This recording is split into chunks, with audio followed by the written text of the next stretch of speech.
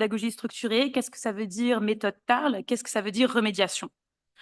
Donc, il y a 3 approches, en effet, qui ont montré systématiquement, avec beaucoup de recherches à l'appui, un impact élevé. Donc, la pédagogie structurée ou l'enseignement explicite, qui consiste essentiellement dans le fait d'abord d'apporter un soutien structuré à l'enseignant au moyen de guides, de coaching et de manuels adaptés. Et donc, c'est ce qu'on va entendre avec la Côte d'Ivoire et le Sénégal. De 2, la méthode TARL ou l'enseignement au bon niveau, qui est une approche de remédiation dans les dernières années du primaire et qui repose sur un regroupement en fait des élèves en fonction du niveau de compétence. Et la 3e, c'est les autres méthodes de remédiation, outre la méthode TARL, mais qui sont adaptées pays par pays et donc qui permettent aux élèves en difficulté de rattraper. Et c'est ce qu'on va entendre avec le Rwanda. Mais le point clé est le suivant, c'est que ces méthodes ne marchent que si les enseignants les appliquent au jour le jour. Donc, soutenir la mise en œuvre requiert d'analyser régulièrement et d'agir sur les données qui viennent des classes. Donc, si on prend next slide. Donc, quels sont un peu ce que les différents pays ont fait pour en fait suivre ces données d'apprentissage et suivre ces indicateurs de mise en œuvre?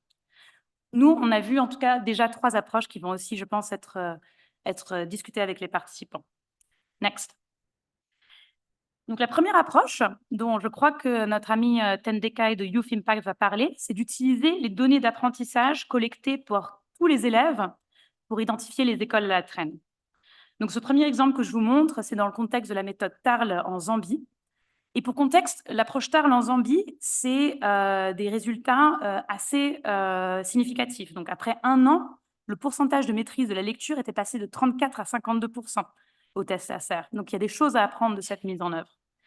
Et donc, dans cet exemple, les données d'évaluation sont collectées par les enseignants 3 fois par an pour répartir les élèves dans les groupes de rattrapage. Et en fait, ils avaient des tableaux de bord où ils pouvaient suivre école par école et au niveau de la région les élèves qui passaient dans le groupe supérieur.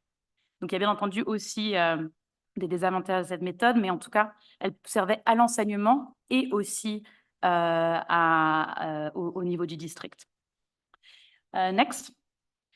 Et je vais passer là-dessus vite, mais je voulais mentionner la Zambie, mais je veux juste noter que cette approche d'utiliser des données d'apprentissage de manière consolidée pour cibler les écoles qui ont besoin de soutien a été utilisée aussi dans d'autres réformes qui ont eu des bons résultats à grande échelle. Donc, par exemple, celle de Sobral, Ceará au Brésil, qui était la pédagogie explicite et structurée, et aussi à l'État du Mississippi aux États-Unis. Next. La deuxième approche dont je voulais vous parler, c'est de suivre non pas les données d'apprentissage des élèves, mais les indicateurs de mise en œuvre des enseignants. Et elle est utilisée dans de nombreux programmes de pédagogie structurée ou explicite. Donc, elle a été utilisée au Kenya, en Afrique du Sud. Je pense que le Sénégal et la Côte d'Ivoire l'utilisent peut-être un petit peu. Et donc, il y a des exemples d'outils aussi sur le côté droit. Et ces indicateurs en fait, de mise en œuvre, c'est très simple. C'est est-ce que l'enseignant suit son guide dans la classe ou est-ce qu'il laisse suffisamment de temps pour les élèves pour la pratique indépendante? Donc, l'avantage de cette méthode, c'est qu'elle permet un diagnostic plus complet du problème de mise en œuvre. Et le coach ou la personne qui les collecte peut donner un feedback immédiat à l'enseignant. Mais le désavantage, c'est qu'il faut trouver la main-d'œuvre pour aller dans ces écoles. Mais il existe cependant des solutions. Donc, par exemple, certains pays utilisent les directeurs d'école, ou par exemple la Tanzanie, qui n'avait pas d'assez de conseillers pédagogiques, utilisait des systèmes de ciblage et de rotation. Next. Et puis la troisième méthode bénéficie de beaucoup moins d'évaluation, mais elle est innovante et économique. Et il s'agit d'utiliser en fait des données qui existent, des données d'examen, d'administrative, pour juste avoir une meilleure idée approximative des performances scolaires. Donc voilà, ça c'est juste des outils qui ont été utilisés à Madagascar et en Zambie que j'ai trouvé intéressants et qui classent les écoles juste par rapport aux examens ou à leurs ressources. Donc bien sûr, cette approche est limitée parce que ce n'est pas les données d'apprentissage directement, mais elle est pragmatique parce que ça utilise ce qu'il y a. Donc en conclusion, next. J'espère que ces quelques slides vous ont été utiles pour vous donner une idée de la variété des approches qui existent pour utiliser des données pour la mise en œuvre. Et donc, permettez-moi juste, du coup, de terminer par quelques réflexions sur ce que nous savons et peut-être aussi ce que nous ignorons encore sur l'utilisation des données au niveau décentralisé. D'abord, sur ce qu'on sait. Premièrement, et ça récapitule ma présentation. Donc, si vous venez d'arriver, écoutez bien parce que c'est le résumé. Premièrement, nous disposons de modèles qui marchent en général. La pédagogie structurée et l'enseignement explicite, la méthode TARL et la remédiation. Ça marche si c'est bien mis en œuvre. Deuxièmement, ces approches visent à utiliser les données écoles pour soutenir la mise en œuvre et elles sont complémentaires des évaluations sommatives de l'apprentissage. Et troisièmement, en fait, il faut adapter ces modèles au contexte. Voilà, qui collecte les données, ça dépend de qui est disponible, c'est les directeurs d'école, les enseignants, les conseillers pédagogiques. Donc, il faut adapter au contexte. Et puis, sur les choses que nous ignorons ou que nous ne savons pas encore, peut-être deux mots. Un, que les fonctionnaires dans l'administration aujourd'hui ont parfois encore une culture de l'inspection. Donc, comment changer les mentalités au niveau des districts pour l'orienter plus sur une culture de soutien aux écoles est sans doute une question clé. Et la deuxième chose, c'est que même outre ce changement d'état d'esprit, nous avons sans doute besoin de beaucoup plus de preuves sur les processus et les engagements nécessaires pour aider les districts à s'assurer que les données soient utilisées et exploitées. Next. Donc, pour conclure, nous allons maintenant passer au panel et j'ai hâte d'entendre les réflexions des différents pays sur leur approche contextuelle pour utiliser les données d'apprentissage pour la gestion des apprentissages. Et le dernier mot que je vais dire, c'est que si vous avez plus de questions, nous, la Fondation Gates, nous soutenons parfois de l'assistance technique pour aider au suivi et évaluation pour ce type d'approche, la pédagogie structurée, la méthode TARL et la remédiation. Et donc, ma collègue Wang Gui, je ne sais pas si elle est là. Elle est là, voilà. Elle a un stand derrière, elle fait partie de cette organisation qui s'appelle NGESA, qui soutient ce genre d'assistance technique. Just a quick shout out to my colleague Wang Gui here, who's with NGESA and is actually working with countries to support technically the MNE around structured pedagogy and TAR reform. I will now call, well, thank you. This is over. Murakotse. I will now call to the panel to present DG Nelson Barushimana, who's the Director General of the Rwanda Basic Education Board. And I will ask to put up his presentation. Merci, thank you.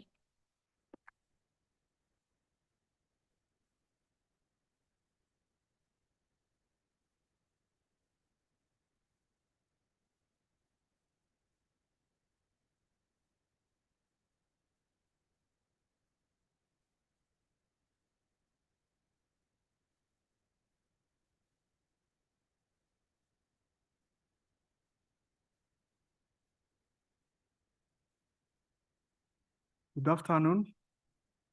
Good afternoon. Yes.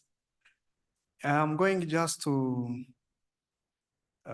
talk about how the remedial program was conducted here in Rwanda. And then my presentation overview, why remedial learning, the challenge of high repetition rates, learning assessments, data, and then holiday remedial education program. I will talk also on how we conducted the remedial in the classes, and then overall results of the remedial program, and again, learning and recommendations from the program. Why remedial learning? Actually, the remedial learning is there just to increase the confidence and also increase the motivation of students while they are learning.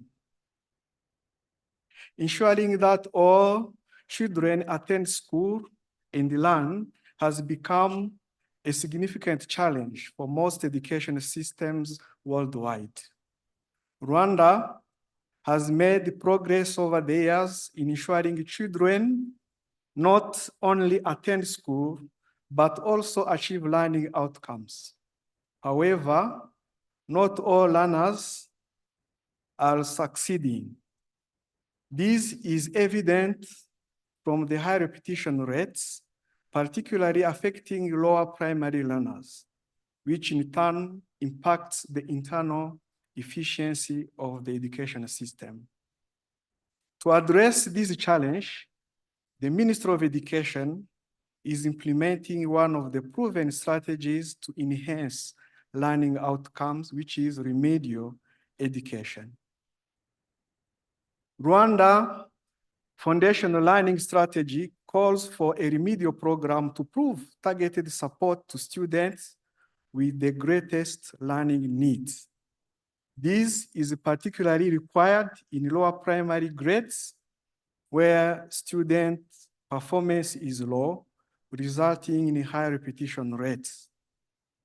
At primary education, the overall repetition rate increased to 30.2% in 2022-2023, signaling higher levels of inefficiency and additional costs of lower primary, while contributing to overcrowding classroom in P1 to P3.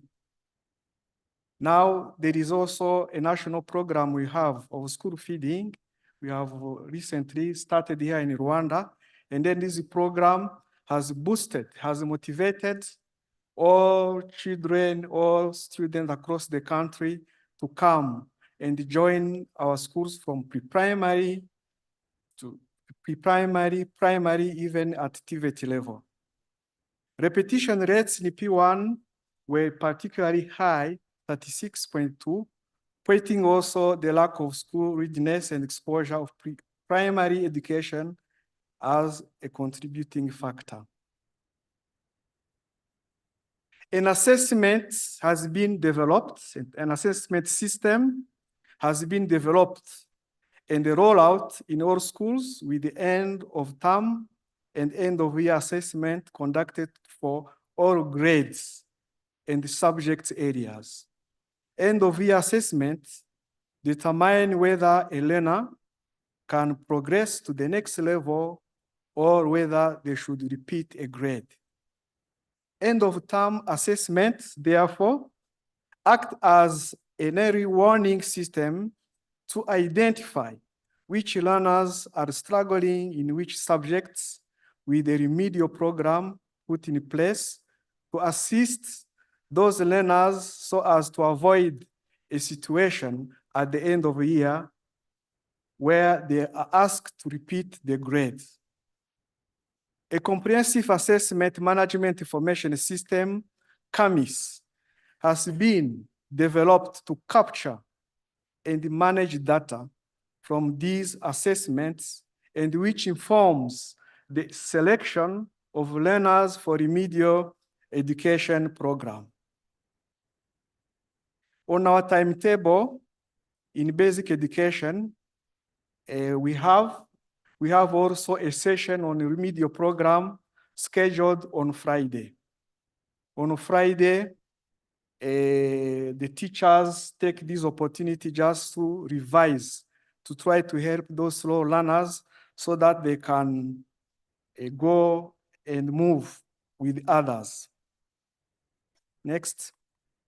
In June 2024, the National Examination and School Inspection Authority, NESA, our Ministry of Education, has different implementing institutions. One of them is the institution I'm representing here, Rwanda Basic Education Board. Our role is to promote the quality of education in pre-primary, primary, secondary, and specialized schools. And then NESA, which is the National Examination and School Inspection Authority, is there to assess and to find out if we really we are really promoting the quality of education. NESA is in charge of setting exam, administration of exam, correction of exam, publication of exam, and at the same time, NESA has also responsibility to do inspection and doing accreditation of schools here in Rwanda. Before a school starts, NESA has to come and then approve so that they can operate officially. According to these guidelines, students scoring below 40% are recommended for holiday remedial learning. Following these guidelines, the Ministry of Education, through the Rwanda Basic Education Board, we conducted the holiday remedial learning program in all public and government-aided primary schools. The program in all public and government-aided primary schools, the program ran for 1 month, targeting lower primary learners recommended for remedial learning. The primary purpose of the holiday remedial learning program was to provide additional support to lower primary learners who had not met the grade level competence for promotion. The program aimed to offer individual support to help these learners meet the required proficiency and advance to the next level. As I have just mentioned, the comprehensive assessment and management information system in our schools, it has data. Once a teacher assesses, and then the result from the assessment, he saves the result for the assessment in CAMIS. And then at our level, at central level, we can assess, and then this system can even generate different reports. And then the data in the CAMIS, it helps us just to take different decisions. Schools identified students recommended for the holiday remedial learning. And this information was sent to us through our district offices. A consolidated list was then compiled, and selected students were invited to participate in a program which began on July 29, 2024. The identification process involved collaboration with the head teachers, local authorities, and the parent awareness campaign, including radio, broadcast, and community meetings, were held to encourage student participation. Just to start this program, and then to bring all students from their homes to their respective schools to come for this remedial, we were obliged just to use different strategies, different announcements, so that parents can release their students for this program. Before we start, a total of 28,502 lower primary teachers in Kinyarwanda, English, and mathematics, and 1,242 directors of study were trained in remedial learning strategy. Before we start, we were obliged just to train them. Actually, Kinyarwanda is our mother tongue here in Rwanda, and then English is a language of instruction. And also, as you know, to master these 3 subjects, you will be able just in the mastering literacy and the numeracy before you go to the next stage, which is P4. Next, on the picture, we had different awareness campaign. We were obliged just to train these teachers and also directors of study, so that at the end, they can develop and implement this program. Next. Now, because our schools are located in the district, head teachers and teachers, they are monitored at daily basis by the district. We were obliged just to call all vice mayors in charge of social affairs. They have responsibility of education at district level. And then during that awareness campaign, they were involved in this process. And then during the implementation, they play a leading role. They were monitoring how this program is implemented. And then they were giving a report at daily basis. And then really this helped us just to succeed, and then to make sure that this remedial program reached the target. Next. The first 2 days of the program, were dedicated to pre-assessments, which were prepared by NESA. These assessments helped teachers determine the students' learning levels, strengths, weakness, and the learning gaps. Based on the results, students were grouped by ability to ensure they received appropriate support. Teachers led remedial learning. The remedial classes were conducted by teachers at their respective schools. Teachers used the remedial education strategy to support students recommended for program, with directors of studies providing oversight to ensure the sessions were implemented according to the plan. Next. The picture shows really how during the class, teachers were grouping students, try to understand them, and then try to help using different strategies designed for the remedial program. Next. Yeah, the data in the figure above shows that out of the 417 learners expected to attend the holiday remedial learning program, 86 participated, while 14% were unable to attend. So those are the data we have. There were different reasons they have just mentioned. Next. The National Examination and School Inspection Authority prepared tests to evaluate the learning outcome of students who participated in remedial learning session. This summative assessment measured how well students grasped the material and whether they met the learning objective. Class teacher administered the tests, and the following NESA guideline made decision about student promotion and the repetition students.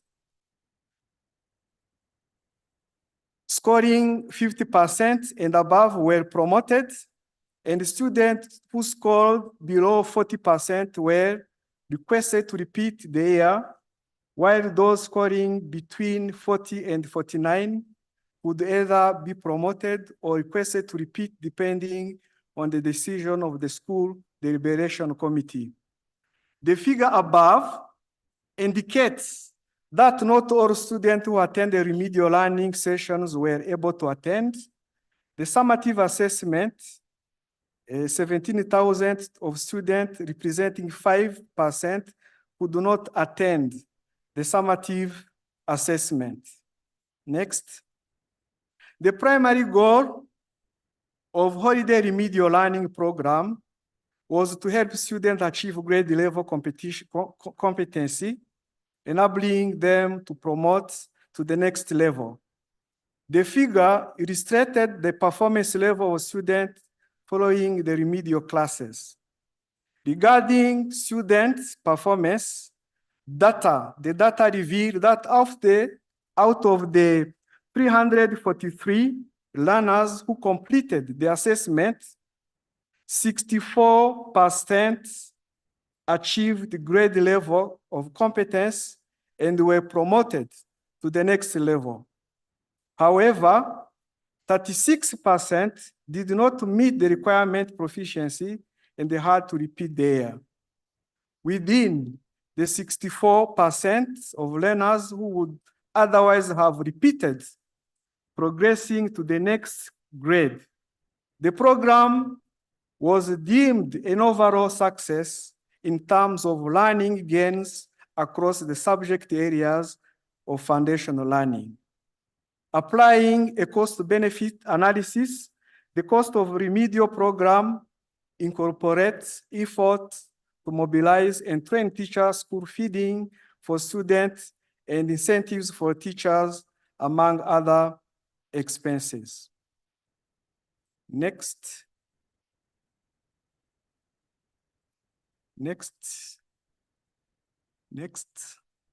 Now, learning and the recommendation for the program.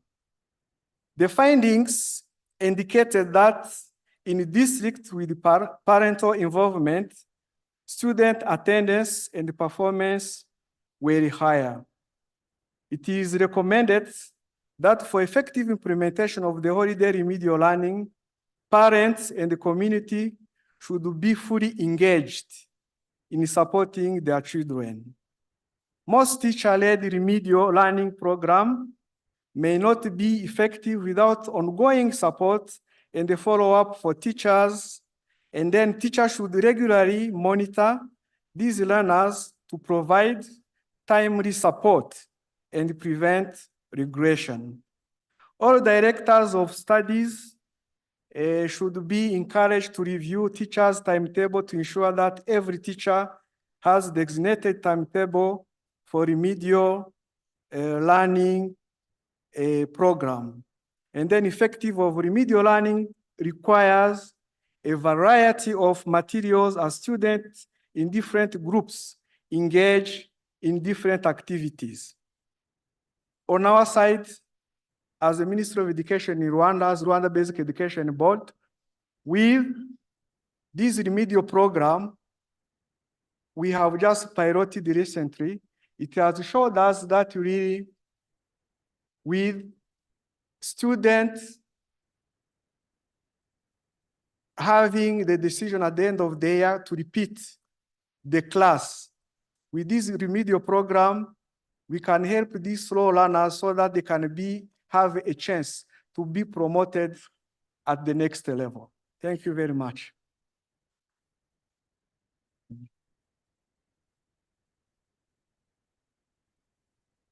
Thank you very much.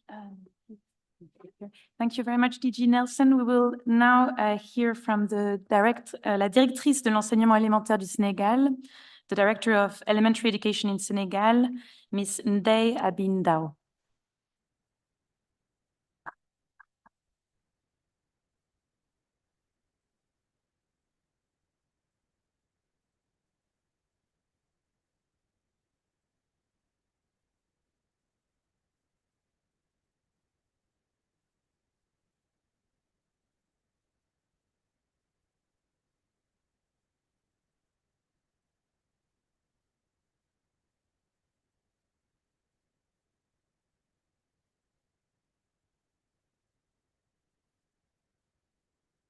Bonjour, mesdames et messieurs.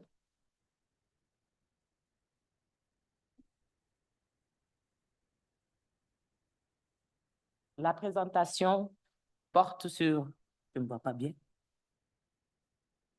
porte sur l'usage des données. Ah, c'est mieux.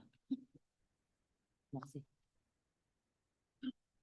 Donc, je disais tantôt que ma communication va porter sur l'usage des données dans la mise en œuvre de la réforme du modèle harmonisé d'enseignement bilingue au Sénégal. Next. Le plan de présentation est articulé autour de 3 points. Le premier point porte sur quelques éléments de contexte. Le deuxième point, les données utilisées dans la mise en œuvre de cette réforme en profondeur qui est l'enseignement bilingue au niveau du Sénégal. Le troisième point a trait aux prochaines étapes. Qu'est-ce que c'est que le MOREPS? Le Sénégal s'est engagé dans une réforme en profondeur pour l'utilisation des langues nationales à l'école dans le secteur formel. Parce que les évidences nationales et internationales ont montré que lorsque l'enfant apprend par une langue qu'il comprend, les résultats s'améliorent. Mesdames et messieurs, qu'est-ce qui est recherché dans les systèmes éducatifs? Dans un système éducatif, ce qui est recherché, c'est la qualité des enseignements-apprentissages, comment faire pour améliorer les rendements des enfants, comment faire pour améliorer les performances des enfants. À ce titre, l'État du Sénégal s'est résolument engagé dans cette réforme en profondeur qui est l'utilisation des langues nationales avec une cohabitation harmonieuse avec le français. Nous sommes un pays qui a 14 régions et la mise en œuvre a commencé dans 13 académies, c'est-à-dire dans 13 régions, et il ne reste que la région de Dakar. Pour le domaine langue et communication, d'autant plus qu'au niveau du programme enseignement élémentaire, nous avons 4 domaines. le domaine langue et communication, le domaine mathématique, le domaine éducation à la science et à la vie sociale et le domaine éducation physique sportive. Nous avons également, cette année, le démarrage au niveau des 7 académies. Nous avons commencé dans 13 académies le domaine langue et communication et au niveau des 7 régions du G2G, c'est-à-dire Gouv to Gouv, financé par l'USAID, nous allons commencer le domaine mathématique.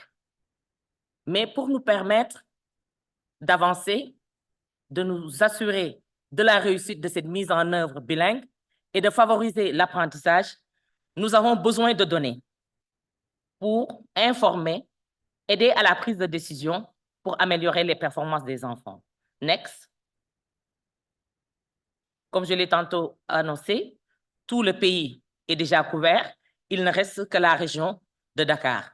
Donc, sur les 14 régions, les 13 régions sont déjà enrôlées. Next. Le matériel didactique.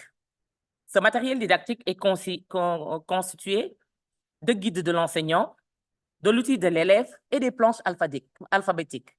Si nous savons que le matériel didactique est le deuxième intrant de qualité, ces chiffres nous renseignent que ces manuels ont été distribués en quantité. Tous les enfants ont leurs outils et tous les enseignants également ont leurs guides pédagogiques, aussi bien à l'élémentaire qu'au niveau du préscolaire. Next.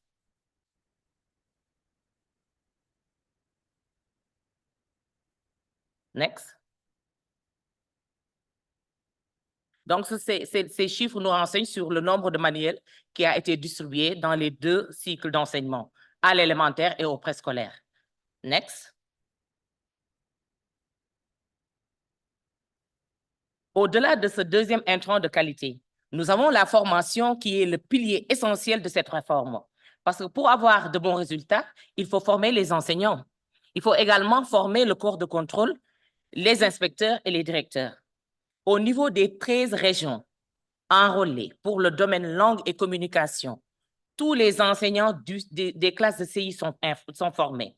Tous les inspecteurs des 13 académies du Sénégal sont formés à l'approche bilingue. Et les directeurs, qui sont les premiers coachs également, sont formés. Next. Au-delà de cette formation, il faudrait qu'il y ait un accompagnement de proximité, un coaching très rapproché pour nous assurer de la fidélité de la mise en œuvre de cette innovation. Le taux de coaching réalisé par les directeurs, parce qu'on l'a noté tantôt dans un pays, le ratio est très faible, inspecteur-enseignant. Au niveau du Sénégal, nous sommes à 1 inspecteur pour 250 enseignants. Donc, on utilise les directeurs d'école qui sont à proximité des enseignants pour accompagner, booster, afin d'améliorer la qualité des enseignements-apprentissages. Donc, nous sommes par endroit à 86% dans l'Académie de Saint-Louis, alors qu'au niveau de l'IA de Louga et de Kaffrine, ça tourne autour de 41 et 42%. Donc, il y a des dysfonctionnements qu'il faudrait repérer et corriger. Next. Les inspecteurs ne sont pas laissés en rate. Eux aussi, ils font leur coaching, mais le coaching de l'inspecteur s'adresse au directeur et même aux enseignants. Donc, aussi, le taux qui a été réalisé, c'est un taux très acceptable qui tourne autour de 92%. Next. Le deuxième point aborde la question des données, parce que nous avons tantôt amorcé par les données de gestion, mais au-delà de ces données de gestion, nous avons d'autres données qui informent et aident le ministère à prendre les décisions. Next. Entre autres données, nous pouvons citer les données qui proviennent des évaluations à grande échelle.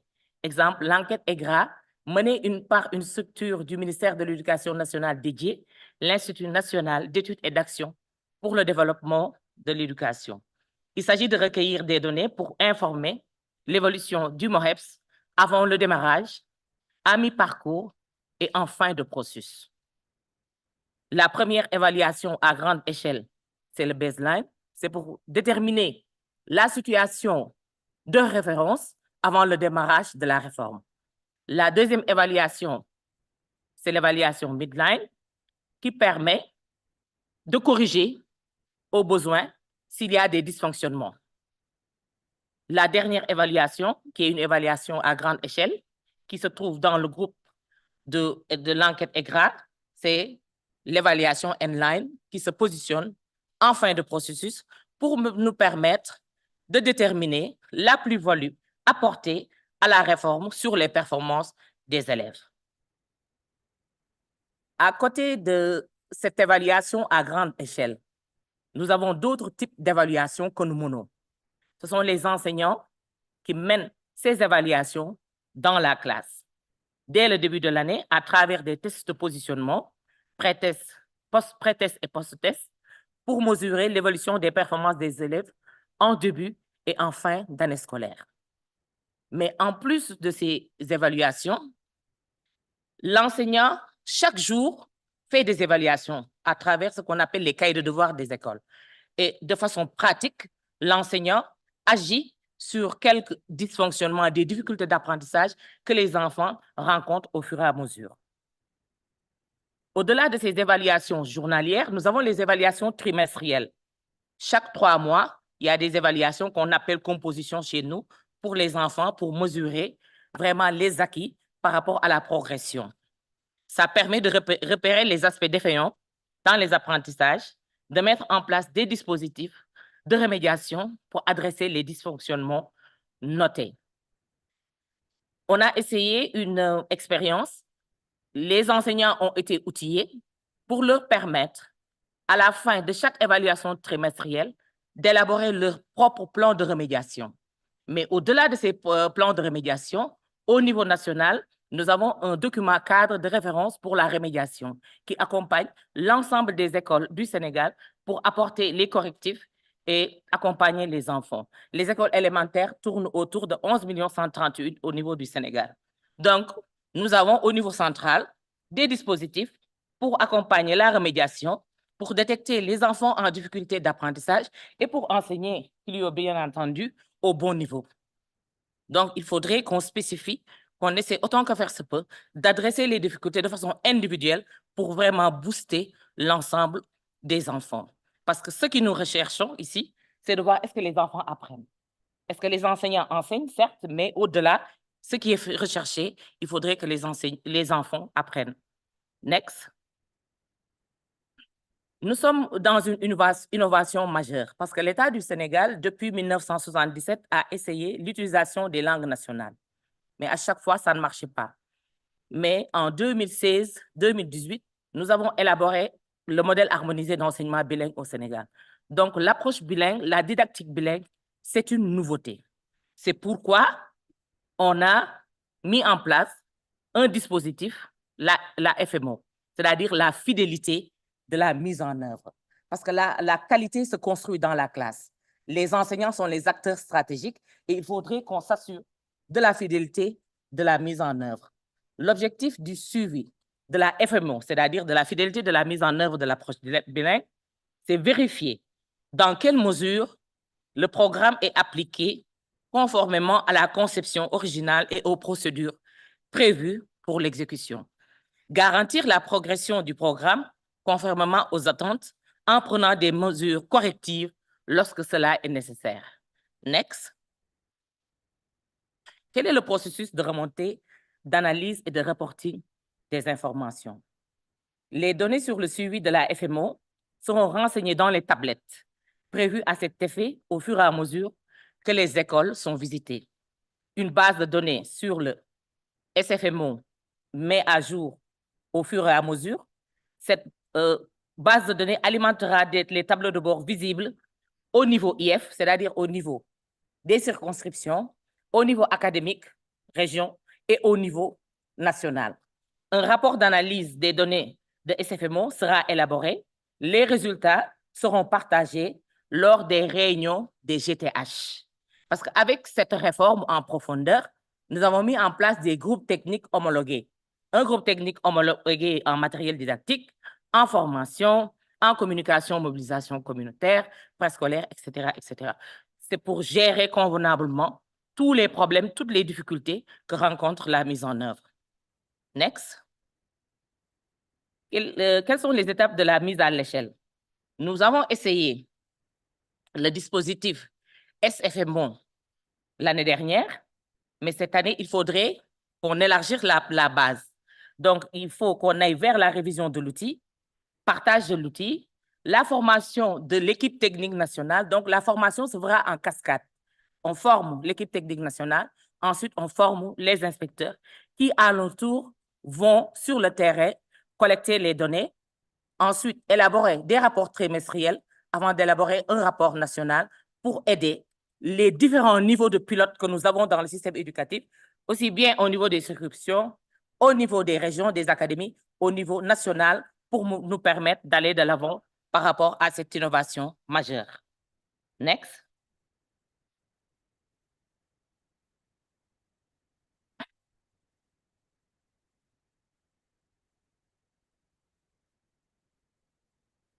Next.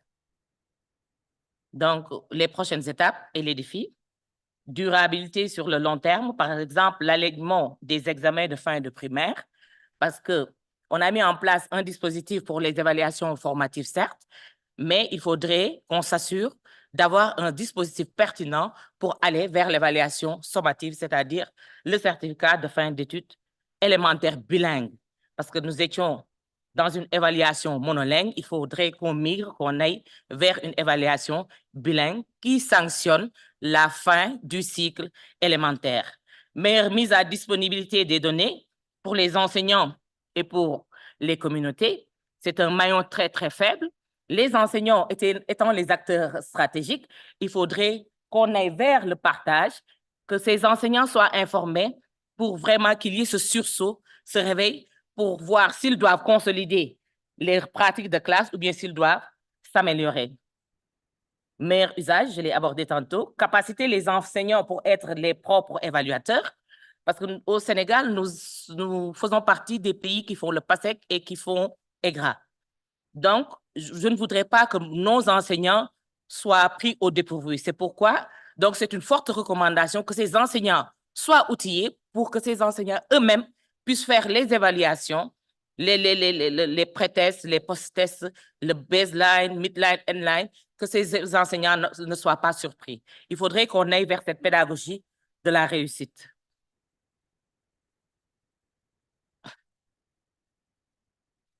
Je n'ai pas terminé. C'est bon. Merci beaucoup. Merci. Merci infiniment, Madame la DE. Thank you very much, Madame DE. I will now call Director Maite Inza from the Directorate of Studies, Strategy and Planning and Statistics of Côte d'Ivoire. And then we will have a bit of time for questions, so prepare your questions. It will be very competitive. So when Maite is done, you need to raise your hand very quickly and I will take no more than 2 questions. Over to you, Maite. Bon, je vais parler en français.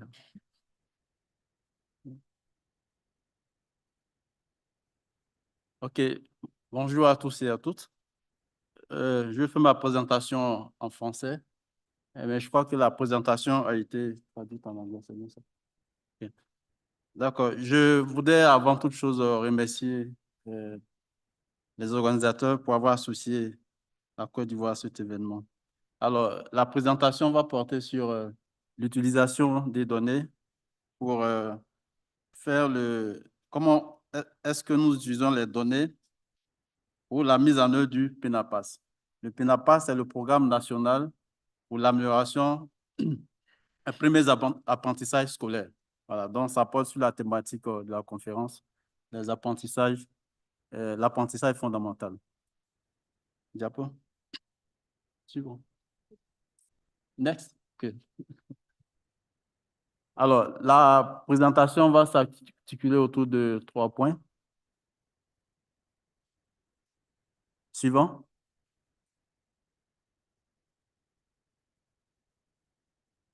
Suivant. Alors, donc, au niveau du contexte, ce qu'il faut dire, tout à l'heure, Clio, dans sa présentation, elle a parlé des différents types de stratégies d'enseignement. Elle a présenté les différents types d'évaluation. En réalité, elle a fini ma présentation puisque, voilà, tout ce qui a été présenté, je vais dire, dans les différents types, les stratégies d'enseignement, c'est l'ensemble combiné de ces approches-là que que nous avons utilisées pour concevoir le PNAPAS. Vous avez la pédagogie structurée, vous avez la méthode TAL, que nous avons appelé le programme d'enseignement ciblé, et il y a un troisième type, le PAPS, que nous appelons communément « Mon enfant apprend mieux à la maison ». Voilà, donc c'est l'ensemble de ces approches qui ont été, de ces évidences qui ont conduit au PNAPAS. Il faut dire que les enseignants des écoles primaires ont été formés aux nouvelles pratiques pédagogiques qui sont appliquées en classe depuis septembre, donc dans le cadre de la mise en œuvre du programme. Et je l'ai dit, je ne vais pas revenir là-dessus. Le PNAPAS, il est articulé autour des approches éprouvées. Alors, ces approches ont été sélectionnées au départ car après les différentes évaluations, on a vu que ça impactait positivement les acquis des élèves. Et nous avons contextualisé ces approches en Côte d'Ivoire avec des résultats prometteurs. Alors, pour nous, l'usage des données est essentiel pour accompagner la mise en œuvre à échelle. Ça a été suffisamment dit tout à l'heure pendant le panel des ministres. Next. Next. OK. L'usage des données pour informer la mise en œuvre.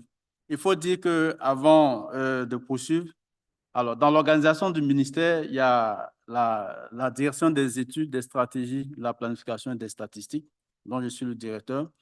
Et Madame la ministre, qui elle-même est enseignant-chercheur, c'est vrai, on a une bonne pratique en matière de production régulière des statistiques scolaires, mais elle a dit c'est bon de produire les données, mais il faut faire parler les données et surtout les utiliser pour la prise de décision.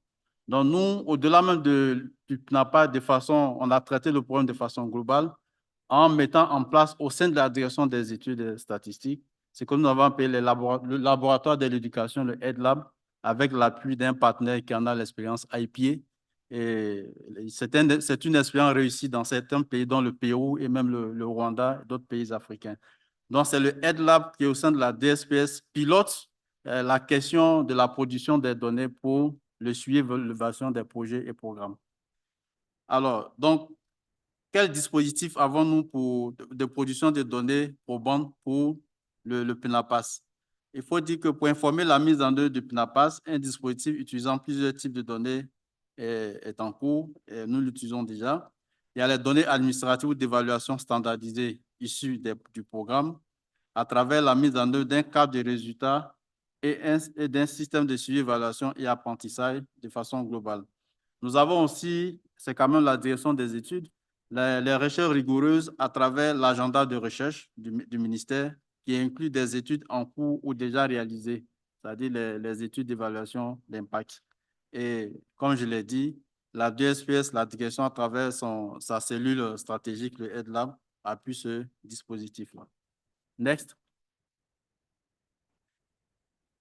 Toujours au niveau du dispositif de production, il faut dire que pour informer la mise en œuvre du PNAPAS, un dispositif utilisant plusieurs types de données, bon ça on l'a déjà dit.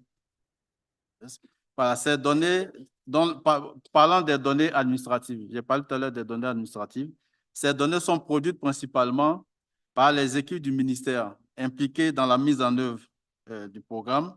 Ces données sont inscrites dans le cadre des résultats du programme et comprennent entre autres des évaluations formatives lors des formations initiales et continues des enseignants. Vous avez aussi des observations de classe. Et ma collègue du Sénégal, je crois du Rwanda, oui, on en parlait tout à l'heure, je crois même le Sénégal aussi. Voilà, des observations de classe, des pratiques des enseignants, c'est-à-dire des visites des conseillers pédagogiques, etc. Et des évaluations de la disponibilité des intrants pédagogiques. Il y a aussi des évaluations standardisées sur les acquis scolaires de type EGRA, EGMA. Alors, ces données sont collectées grâce au système de suivi, évaluation, apprentissage mis en place à travers les programmes et mécanismes de financement. Donc, on a plusieurs programmes dans ce sens. On a le PSF, le programme de renforcement du système éducatif de base, il y a le Child Learning for Education Facility, le projet clé et bien d'autres. Et là encore, comme je l'ai dit, le EdLab, de la DSP à travers le EdLab, apporte un appui. Alors ici, je vais insister sur un aspect qui est important en matière de dispositifs de suivi des programmes, c'est la formation des acteurs. Pas les acteurs chargés de faire le suivi évaluation, mais les acteurs de mise en œuvre. Voilà, parce que si les personnes qui mettent en œuvre les projets, les programmes ne comprennent pas ce que c'est que le suivi et l'évaluation, et ce à quoi vont servir les données plus tard, vous aurez un mauvais système de reporting, et ça, ce n'est pas bon du tout pour une évaluation. Donc nous, en amont, on a identifié des personnes au niveau de chaque programme déjà, c'est-à-dire les programmes qui ont servi à mettre en œuvre le PNAPAS. On les a formés, on a renforcé leurs capacités en suivi, évaluation et apprentissage. Next. Alors, les données d'études les données issues des études rigoureuses, ces données sont issues des résultats d'études et évaluations commandités par le MENA ou ses partenaires. Ces résultats sont entre autres, on a les résultats de l'évaluation, par exemple, du PAPS, l'un des sous-programmes, et puis du PEC, les résultats de l'évaluation des pratiques enseignantes, TEACH, et puis les résultats du projet clé, les résultats des études du PNAPAS, comme on l'a dit, inscrits au niveau de l'agenda de recherche. Ces données sont collectées en grande partie par des experts recrutés à cet effet. Donc, on s'appuie souvent, voilà, en fonction de l'envergure de l'étude, sur des experts, des cabinets nationaux ou internationaux, des experts nationaux ou internationaux pour faire ce travail-là. Et là encore, l'appui en termes d'appui du EdLab, il y a la production de notes de synthèse des résultats des évaluations, et on en a en cours actuellement. Et puis, il y a le financement et la conduite des études inscrites dans l'agenda de recherche. Next. Alors, il y a aussi des fenêtres politiques pour l'utilisation des données. Donc, pour informer la mise en œuvre du PNAPAS grâce aux données ainsi disponibles, il existe plusieurs options. On a la révision de la stratégie elle-même. On a les comités de pilotage qui financent le PNAPAS. On a les réunions d'élaboration et de validation des plans de travail, des PTA, des plans de travail annuels budgétisés du programme.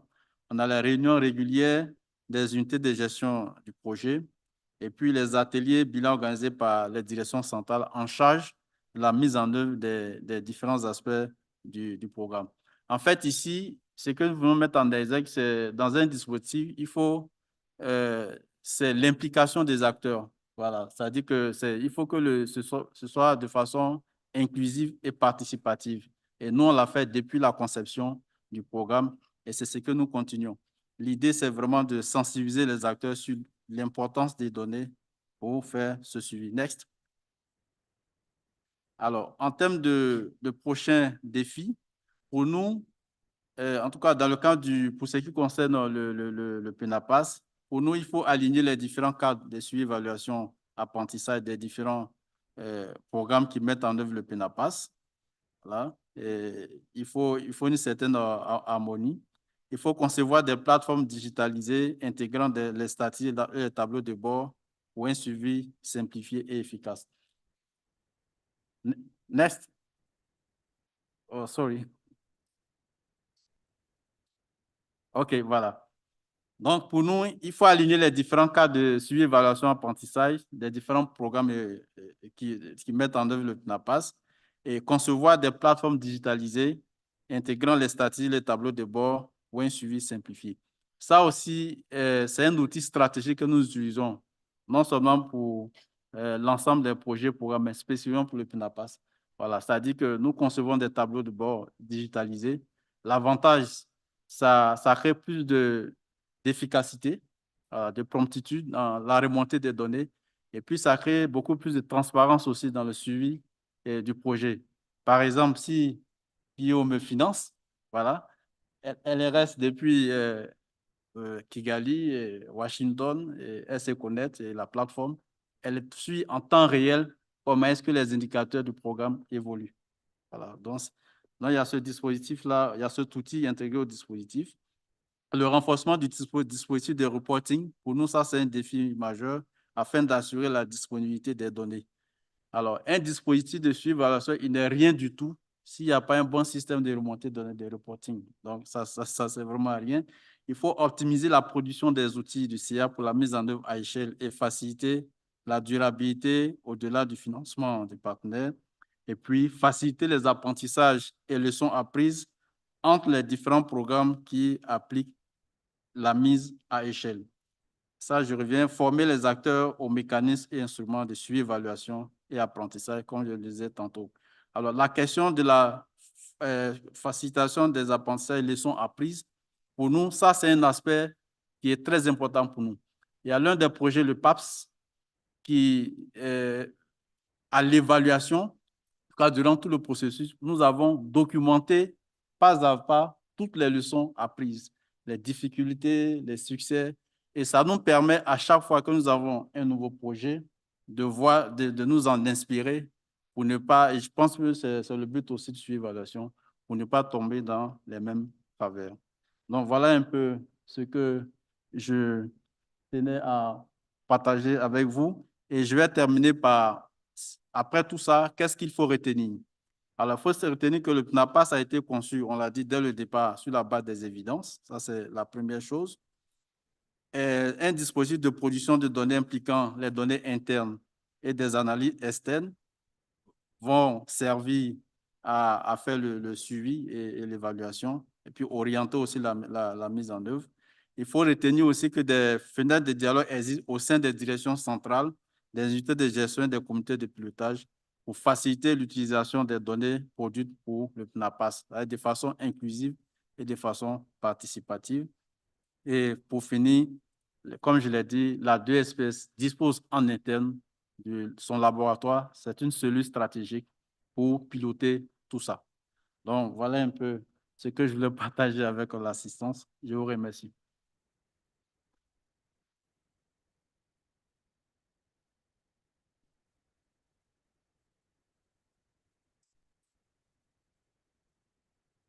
Merci infiniment, directeur. Thank you very much, director. So now is your moment. We will take 2 questions for the panel before we move to our next rapid fire panel. And I see one here, and we'll hear you, and then we'll hear it. So go for it. I think there are microphones coming to you. On va prendre les questions. Donc, s'il y a une deuxième question en français, n'hésitez pas à venir la poser. You can go ahead. Hi, the question is for Rwanda. The summative assessment that is being done, you mentioned that 36% did not meet the levels. How is that impacting the learners and the sector? So for instance, if some kids don't make it and then their age mates are promoted and they are not, is that also affecting, for instance, the age appropriateness of the children? So like if they were in grade 4, they can't read, they're maybe 11, and then you put them in this program, then they stay behind again in terms of age. Is that not a risk factor for dropping out further? How is that affecting the system or the learning? Thank you. Great. Thank you very much. On va prendre une deuxième question. We'll take a second question if there is one. So we'll start with Rwanda. There is one? Okay, go for it. Okay, thank you so much. So my question is about incentivizing teachers. So what were the incentive mechanism for teachers, particularly when implementing this remedial education at scale? So that's my first question. And the second one is for Rwanda about long-term sustainability. As the program, as it's mentioned, it was a 1-month program. So how was the long-term sustainability of this program? Thank you. Great, thanks.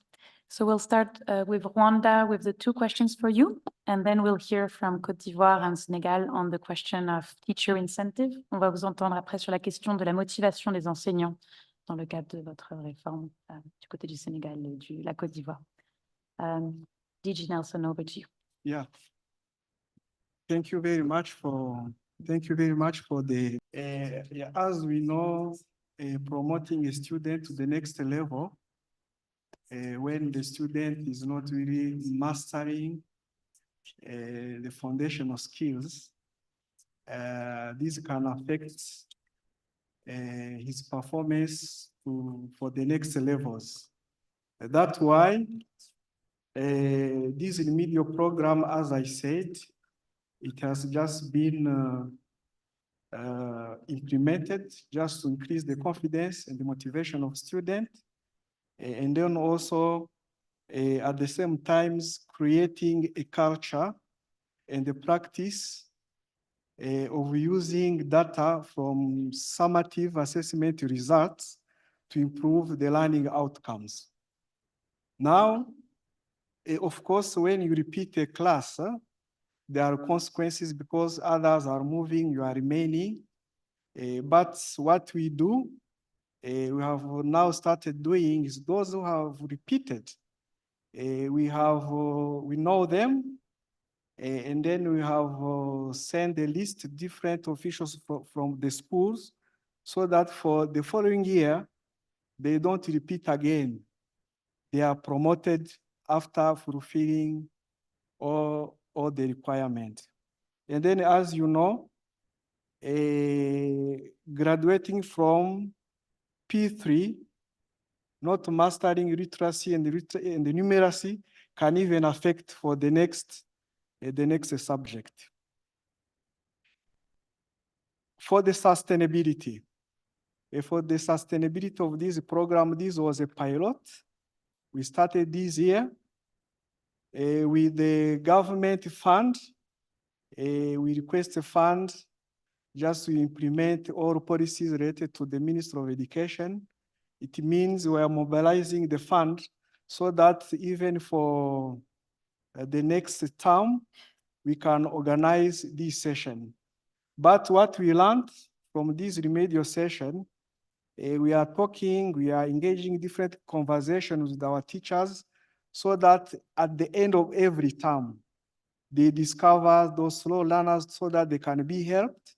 And then at the end of the year, we have a few numbers of students struggling. We have already planned to integrate the requested funds in the national budget so that this program can just continue every year until we have this situation, this crisis solved at the national level.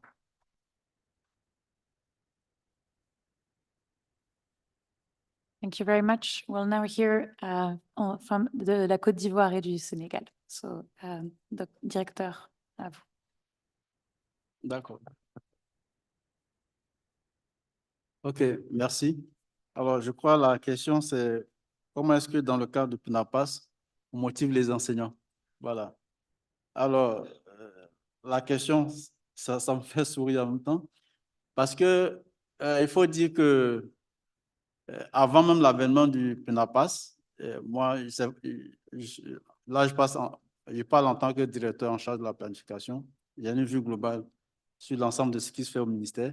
On a reçu parfois des demandes des enseignants qui demandaient à ce qu'on leur fasse des renforcements des capacités sur les pratiques pédagogiques.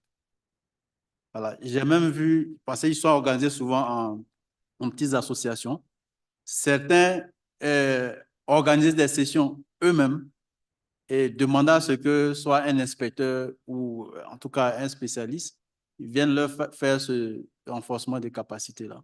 Donc déjà, étant donné que le PNAPAS il est conçu avec beaucoup de mesures d'accompagnement, notamment la formation continue, le renforcement des capacités, et puis aussi, comme je l'ai dit, hein, c'est les trois, la pédagogie structurée, vous l'avez dit, qui est accompagnée d'outils pédagogiques pour les enseignants et tout ça. Donc, le programme est conçu de telle sorte qu'on réponde déjà à certains besoins exprimés par les enseignants eux-mêmes, notamment le renforcement des capacités. Donc ça, c'est déjà un motif de satisfaction. Et puis, la seconde chose, je pense qu'il y a beaucoup d'enseignants dans la salle. Je ne suis pas sûr qu'un enseignant est heureux quand les élèves qui l'enseignent n'ont pas de bons résultats. Voilà. La preuve, quand le PASEC ou les évaluations internationales, même nationales, publient les résultats des évaluations, des acquis des élèves, les premières personnes qui sont indexées, ce sont les enseignants. Or, ici, le PNAPAS, à partir des sous-programmes qui ont concouru à sa mise en œuvre, va contribuer à améliorer les acquis des élèves. Donc, ils auront non seulement eux-mêmes, leur manière d'enseigner va changer, voilà, et puis leurs élèves auront de meilleurs résultats, ils seront très, très bien formés. Et nous, on a un mécanisme en termes de motivation aussi, de récompenser les meilleurs enseignants. C'est-à-dire, en région, par exemple, vous avez des conseils régionaux, des membres de la communauté qui récompensent les enseignants dont les élèves ont eu de meilleurs résultats.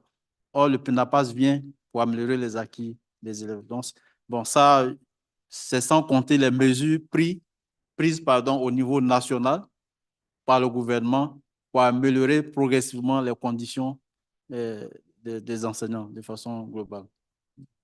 Merci. Merci beaucoup. Merci. La parole au Sénégal. Merci, Clio.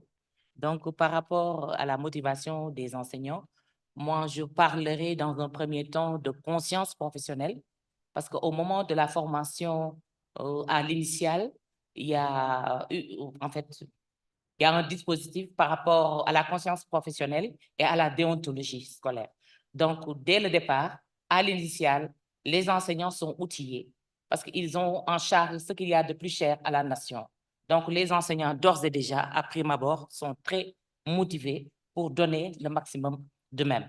Au-delà de cette conscience professionnelle, en termes de motivation, je parlerai de DPC.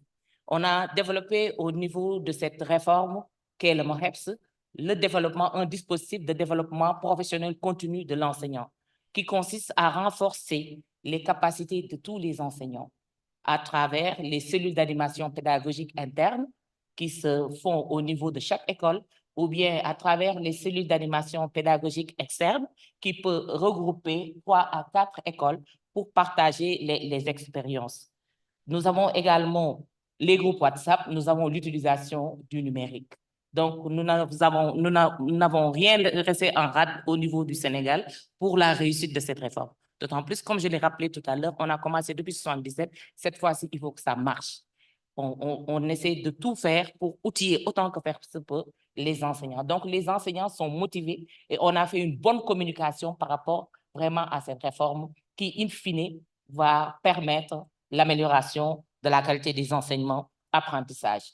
Nous avons également une stratégie au niveau du programme enseignement élémentaire parce que dans le cadre de la mise en œuvre de la politique éducative du Sénégal, nous avons un document qu'on appelle le paquet. Et il y a des indicateurs qui sont inscrits dans un cadre de mesure de rendement. Donc, chaque année, par rapport à la réforme de l'UEMOA, les programmes sont évalués. On nous met à nu pour dire que vous avez bien travaillé ou vous n'avez pas bien travaillé. Donc, moi, lorsque je termine cette rencontre avec le ministère des Finances, nous organisons au niveau national une réunion de bilan-évaluation qui regroupe l'ensemble des inspecteurs d'académie, qui sont les chefs au niveau des régions, et l'ensemble des IF, des inspecteurs de l'éducation et de la formation, qui sont au nombre de 59. Donc, 75 pilotes au niveau déconcentré. On se retrouve pendant 4 jours et on revient indicateur par indicateur au niveau de chaque académie. Et là, on arrive même à les classer. Donc, nous avons une évaluation saine que nous avons installée au niveau central et ce dialogue de gestion se poursuit. Donc, les pilotes, eux, à leur tour, vont aller sur le terrain et partager. Donc, personne ne veut rester en rade. Il faudrait que chacun puisse tout faire pour être parmi les premiers au niveau national. Merci beaucoup. Merci infiniment pour le panel. Je vous demande d'applaudir tous les participants. Thank you to the panelists and thanks to the audience. Vous pouvez redescendre. Merci beaucoup. OK, merci. We will now go to the second part of this session, and I will welcome to the stage Armando Ali, who's the director of the PAL network. Armando, over to you.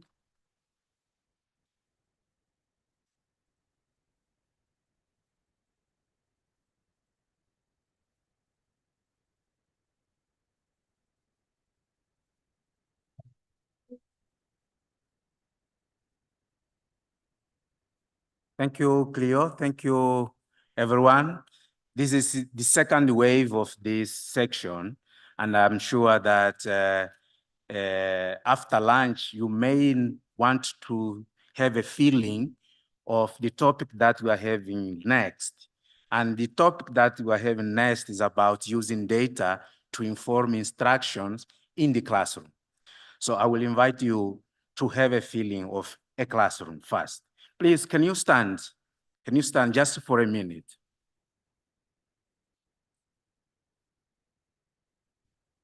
So very briefly, you will follow me and you will repeat after me.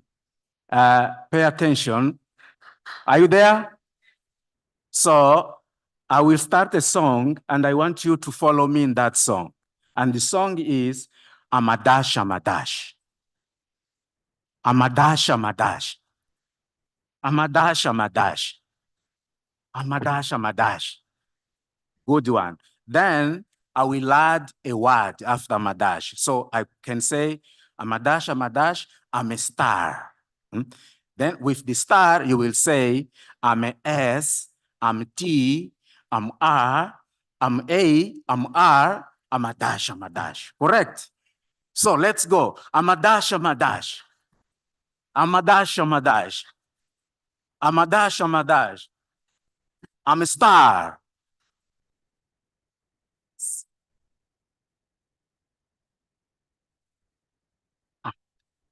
I'm a dash, I'm a dash.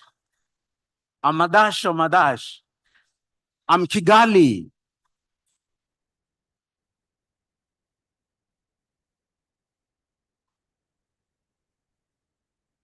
Dash, dash. Thank you, thank you. So this was just an introduction of what you will hear next. But before I invite my wonderful panelists, I want to tell you a very small story about use of data to inform policy. I'm coming from a country in which 10 years ago, we had a government very interested in promoting environment awareness, and it came with a very important policy decision. It was one child, one tree. So children were encouraged to plant trees and to bring seedlings to the school. And in that school, there were 250 children, just an example, and suddenly they have 250 seedlings sitting there, but they couldn't plant the seedlings. Why? Because the school did not have enough land to plant the seedlings. So they managed to plant 12, but the others ended up dying under a tree in the compound. But I'm sure that what our colleagues will share with us is a different story like that. They will share how data is informing instructions in the classrooms. And we have 4 good examples to share that. So I will invite my panelists to join me in front, starting with Alex Gibri from Luminous Fund. And as I invite my guests, please give them a round of applause. I will also invite Tendekai Mukoi from Youth Impact. She's the program manager for teaching at the right level.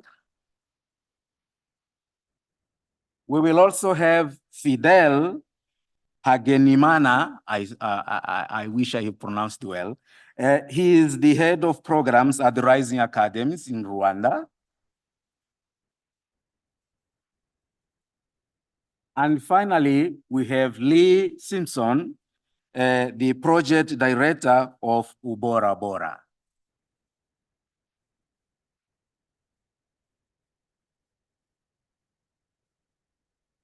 Thank you very much for accepting to be part of this panel.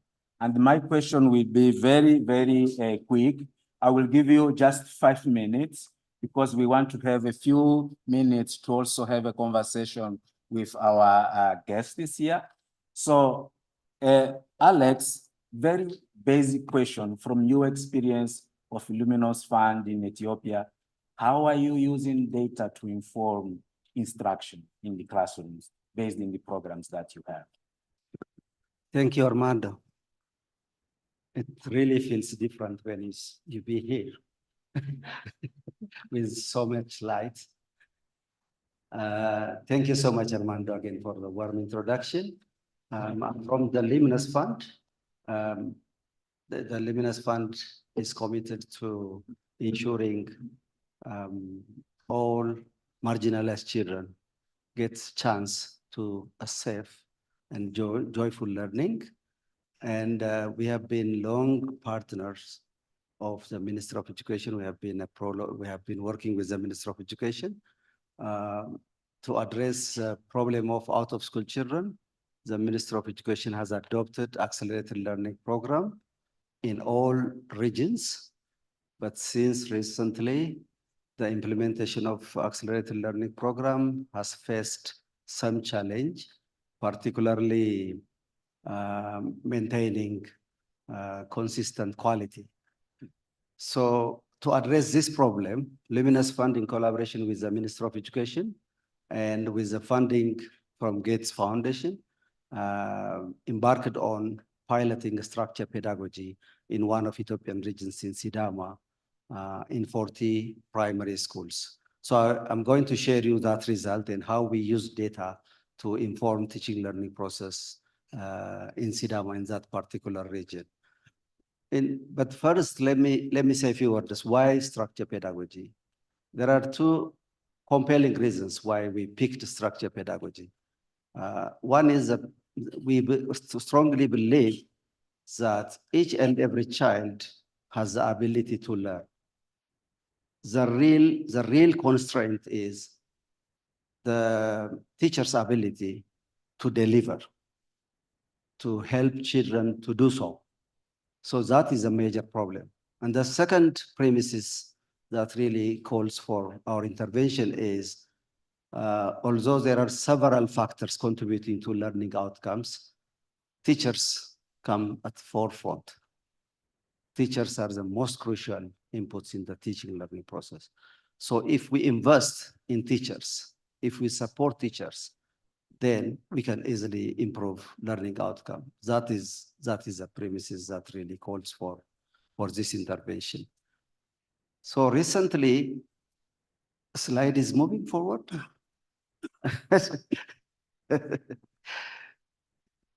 Okay, should I say next? Okay, Yes. next. Again, next, let's skip this one. Okay, what are major activities in the structured pedagogy? It was said time and again. We co-created a comprehensive teacher's guide with a government curriculum team. We trained teachers on how to use that guide. We trained supervisors to do coaching and also regular assessment. Not only coaching, they do regular assessment whenever they visit classrooms every week. And also we improved the instructional time for foundational literacy, numeracy, and we give feedback to teachers so that the data could inform their teaching learning process. Next slide. So we use real-time data. By the way, we don't collect data that we can't consume. We focus on data that we can consume. We use data for improving the teaching learning process. We use real-time data. We use Kobo tool to collect this data. And we do analysis. It helps us in decision-making, as it helps the classroom teaching process. So as you can see from the slide, those marked in red are a kind of red light, which means supervisors need to discuss with teachers to solve this problem.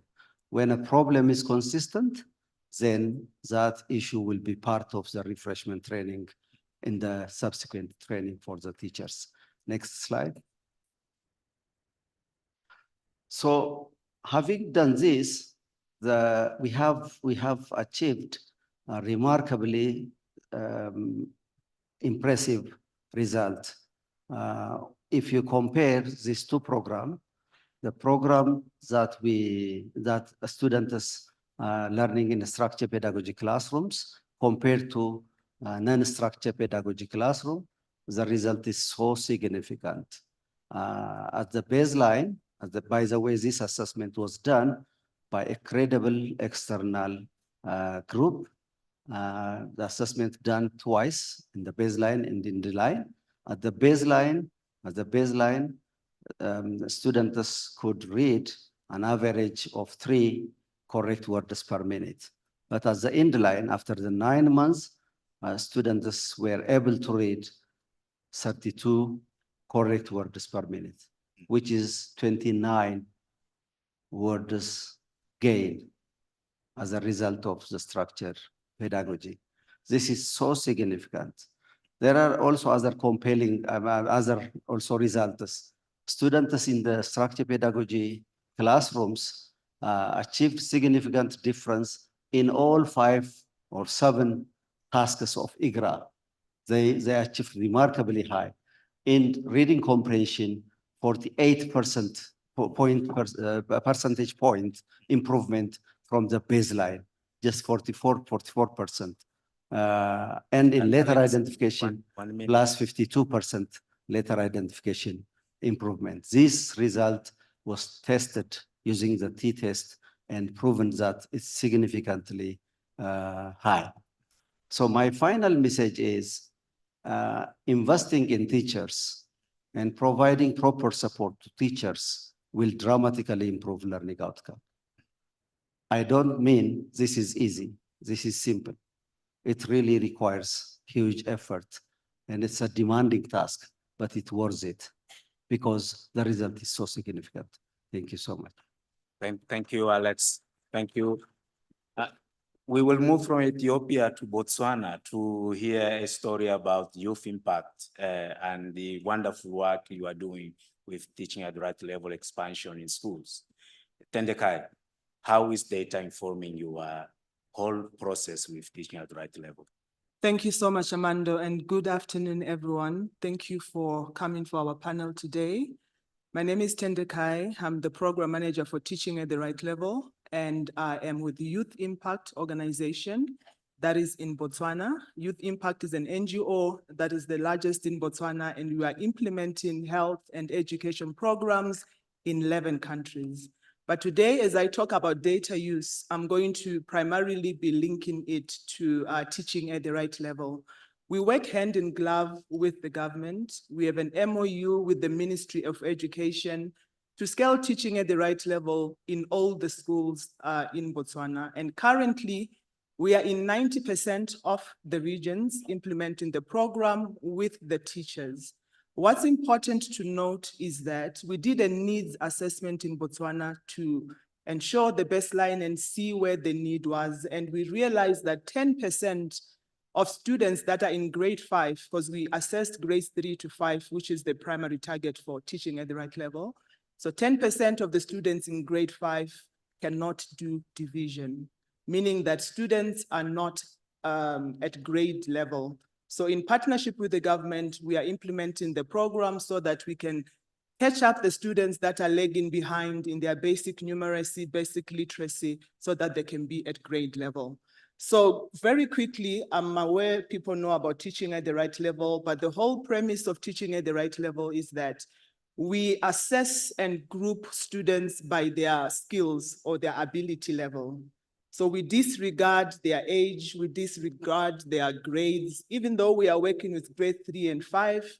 When we get into a school, we are doing one-on-one individual assessments so that we are able to see at which level is the child. Can the child recognize numbers or not, so that we can be able to group them.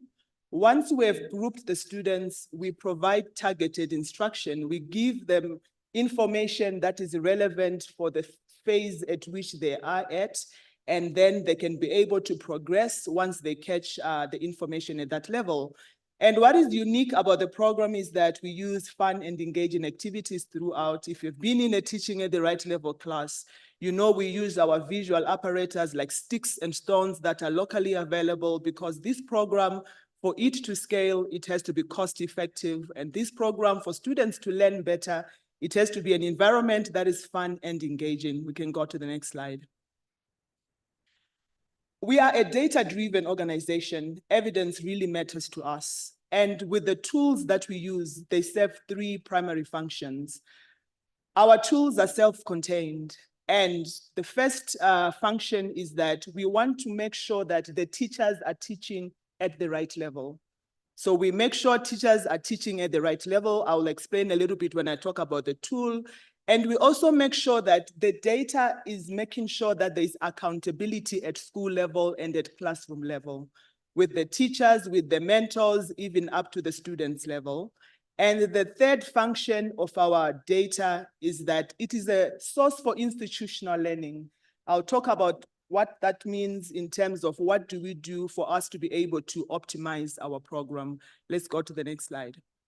So I've said teaching at the right level. The whole premise of teaching at the right level is targeted instruction. And for you to target instruction, the students have to be grouped by their ability. So we have our ASA tool that we use at baseline to ensure that we know the levels of the students. And after 15 days of implementation, we also do midline. Midline helps us to identify if the students have progressed. If a child was at addition, after 15 days of targeted instruction, have they progressed? At which level are they at now? Are they able to now add with all these complexities? If they are able to add, we now regroup them. We are taking them to the next level, which is a subtraction group. If a child was already in subtraction, it means they are now going on to the other group. So it is very important that there is that data flow that ensures that we know the level which the child is at. And after midline, we do intervention again for another 15 days. Then at endline, we collect the data for us to see the progress from baseline to endline. How much have the students learned? How many students have progressed? I'll give an example of the results from term 2. 78% of the students learned a new operation, meaning those who could not add can now do subtraction. Some have progressed up until division level. But this is not enough, right? I'm talking about baseline, midline, endline. On each and every day in a teaching at the right level class, we have another tool that we use for assessing the students. It's called a checkpoint tool. If you can go to the next slide. Checkpoint tool. Also 1 minute. Yes. Checkpoint tool is linked to the objective of the day. When the teacher teaches, at the end of class, we give students 5 minutes to answer an operation so that the teacher is able to identify whether what they've taught the students have managed to grasp. And we use the 70% confidence level. If 70% of the students have managed to catch the objective, the teacher the following day moves on. So it informs lesson planning each and every day. So we have a dashboard that we review every Monday to see at which level are the schools, how is the progress with the regions themselves. This informs the schools that we are going to visit. This informs the support even the mentors are going to give the teachers. The inspectors, when they leave their offices, they don't leave blindly. They look at the dashboard to see, is implementation going on? Which are the regions that are flagged? Which are the schools that are struggling even with the pacing accuracy in the classroom? And we also use A/B testings. A/B testing is when you tweak something in your implementation so that you are able to see whether version 1 or version 2 brings different outcomes. For example, in a region where there are 50 schools, you want to identify how do we regroup students in a classroom level. You can say half of the the schools, they group homogeneous groups where the students are according to the same ability, and the other one has a heterogeneous group where you're mixing people, those who are able to add and subtract and so on, and you're able to now compare the results to say, as we are scaling the program, what is the version that is best for us to be able to move forward with? So data really informs our decision-making in the classroom, decision-making as we scale the program so that we are simplifying the program for the teachers as we are scaling it. And we are not in Botswana only now. We have now scaled the program in South Africa, in Namibia. The lessons that we are learning from the data that we are seeing are informing how we are even progressing in the new different contexts that we're in. Thank you. Thank you, Tendekai. Thank you, Alex. We have seen two examples of how data is informing instructions in the classroom. We will now jump to Rwanda to hear Fidel's story with rising academies. Fidel, tell us your story also in 5 minutes. Thank you so much. I will jump directly to the story. I think you have said my name. I want to go far away from what others have said. Let's go to the slide 2. Okay. This is Grace. Grace is from Rwamagana district. She's implementing the Rising Faster program for Rising Academies, where she's not suspecting like the levels of runners at the start of the program. But as you go to the hospital, they have to check and know how you're sick, and then they will be giving you the medicine. So she tries to give the diagnostic assessment to students to know the levels they are. Then as Rising Academies, we provide to Grace tools to use to support learners according to their levels. So if a learner is at level 1, level 2, level 3, this is in literacy and numeracy, then Grace will be able to teach kids different to their levels. Next slide, please. As Grace is always trying to make sure that she's supporting learners, the head teacher, who is Ukuli Ale, is always on weekly basis trying to support teachers on their communities of practices to make sure that the data from the assessments are always evaluated and see whether learners are in their levels and they are running the correct content. So then if you can go to the next slide. We are always trying to make sure that the system is working, from teacher being informed by the data on how he or she be teaching.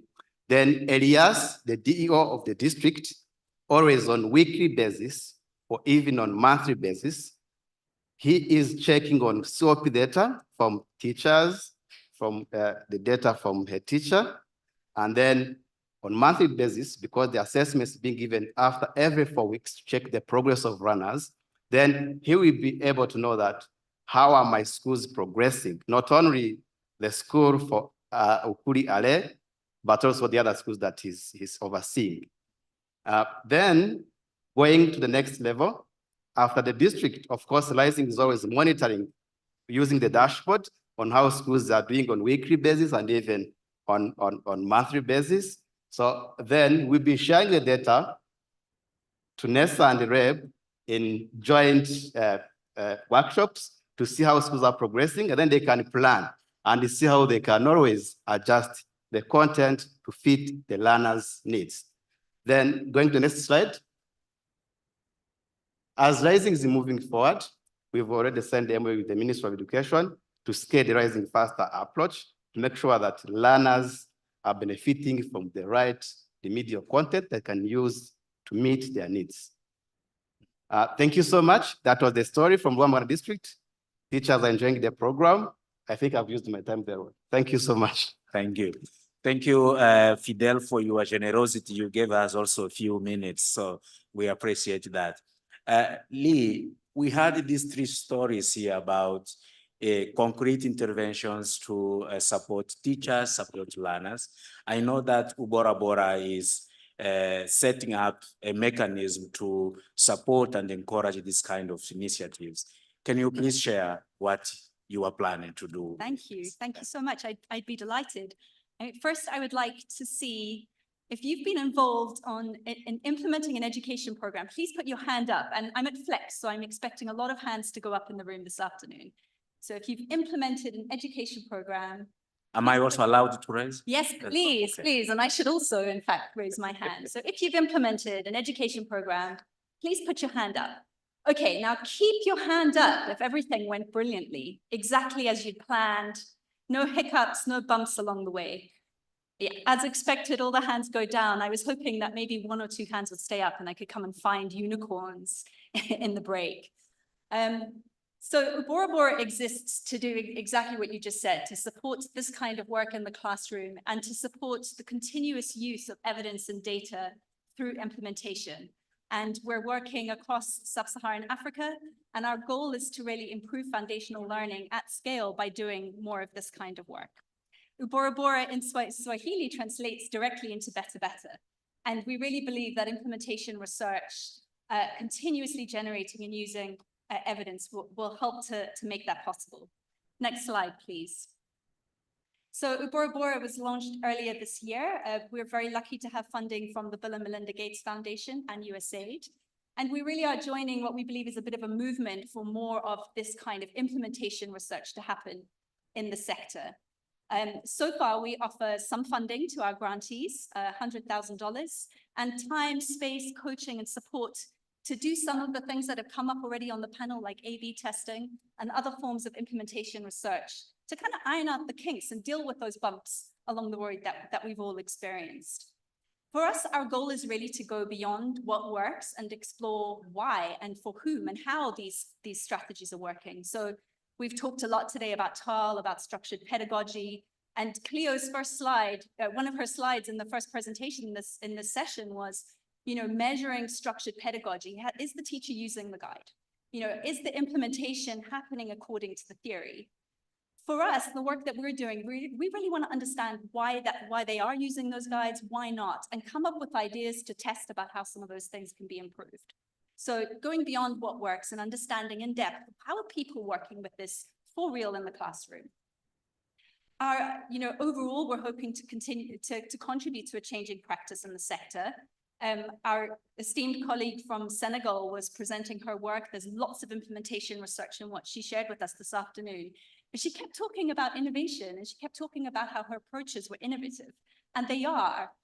I personally would like to live in a world where it's not innovative to do implementation research and where it's really mainstream, where we're always thinking about better ways, testing new approaches, experimenting, ironing out kinks, asking questions about why together as a sector.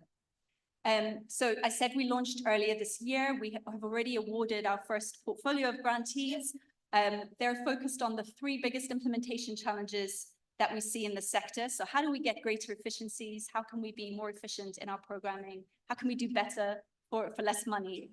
How can we scale and adapt to new contexts? And how can we work into government systems to make sure that there's decent uptake of the work that we're trying to do? Next slide, please. This is our existing portfolio of grantees. Very proud to be joined by Rising Academies today as one of our inaugural grantees for Ubora Bora. And you'll see there's a good spread across not only sub-Saharan Africa, but of course across structured pedagogy and TAL approaches. And the last thing I wanted to leave you with is a bit of a plug. The next slide, please. We will be opening our next call for applicants and for grantees in January 2025. So please follow us, please find us on LinkedIn and share our progress. The call will be open to everyone working in sub-Saharan Africa doing foundational numeracy and literacy on a strong evidence base. And if you need a bit of funding to just test new approaches or to do a little bit of an experimentation with some of those bumps in the road, then we're possibly the fund for you. Thank you for your time. Thank you. Yeah, thank you. I was to cut her a minute ago, but I knew the presentation that the last slide was about the next opportunity. So I couldn't cut her without hearing when are they opening the next opportunity. So let's very quickly also give space to our audience to raise. No, I was told that we still have 10 minutes. No? Well, okay.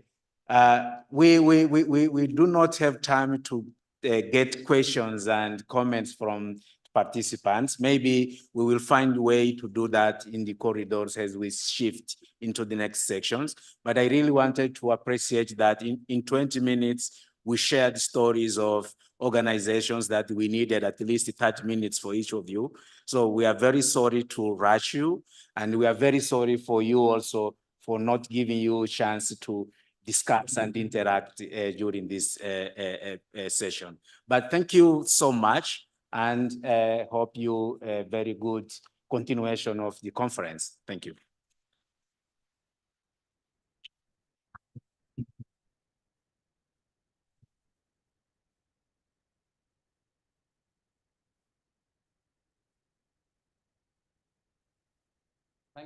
Thank you so much. And it's a pity that we weren't able to give time for questions and answers, but There's another sessions that are beginning in other rooms or have even begun, and another session in this room also, which is running over time. And let me just let people know which sessions are happening where, so that you can choose which one you want to participate in.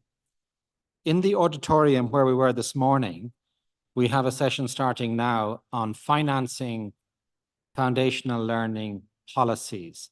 And that's a high-level panel, which also includes the Minister of State for Education from Rwanda.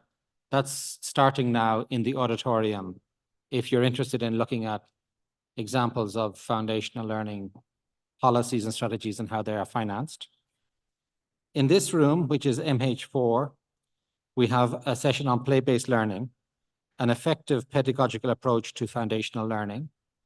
And next door in MH3, we have a session on applying a holistic lens to foundational learning, focus on school feeding, health and hygiene. So that's really your choices in terms of where you want to go next. You've got three, I think, excellent sessions. So stay here for the play-based learning, a holistic approach to foundational learning next door, and in the auditorium where we were this morning, financing foundational learning policies and strategies. Thank you very much.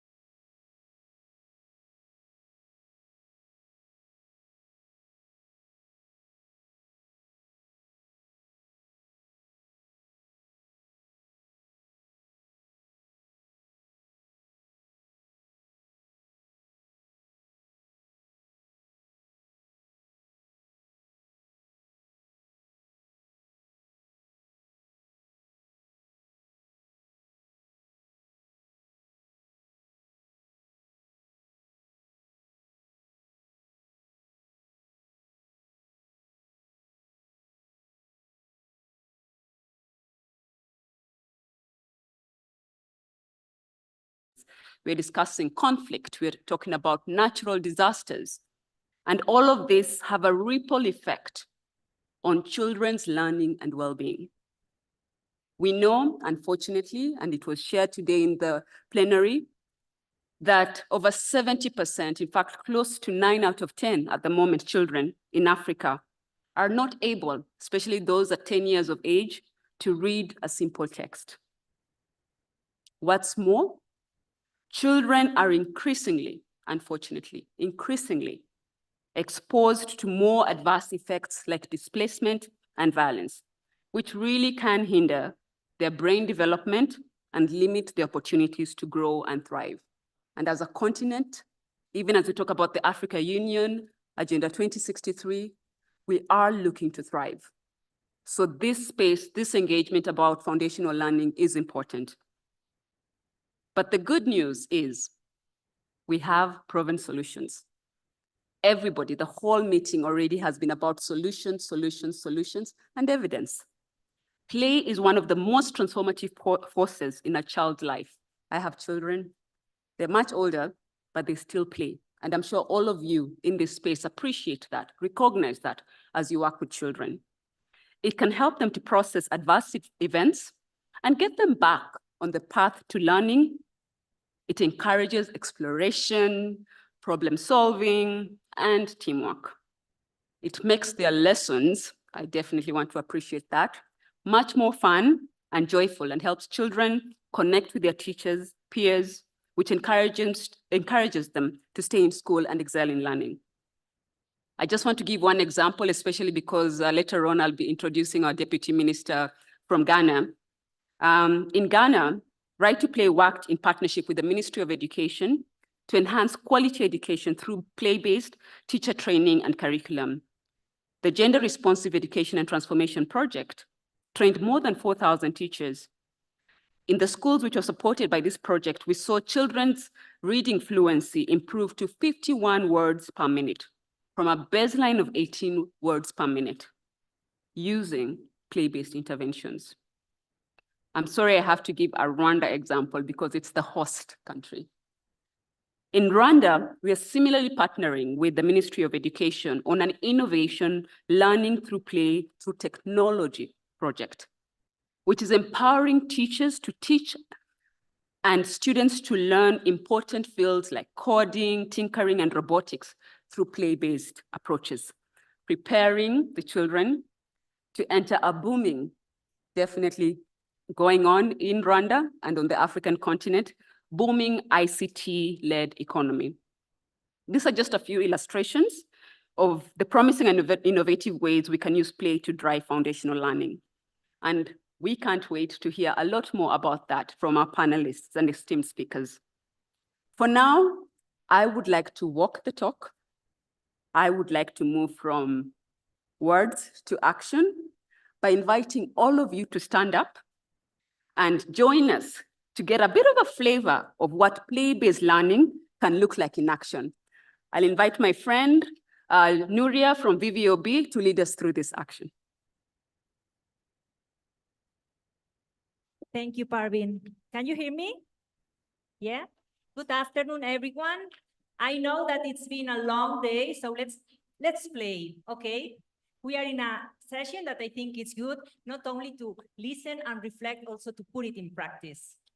So thanks for being here, first of all.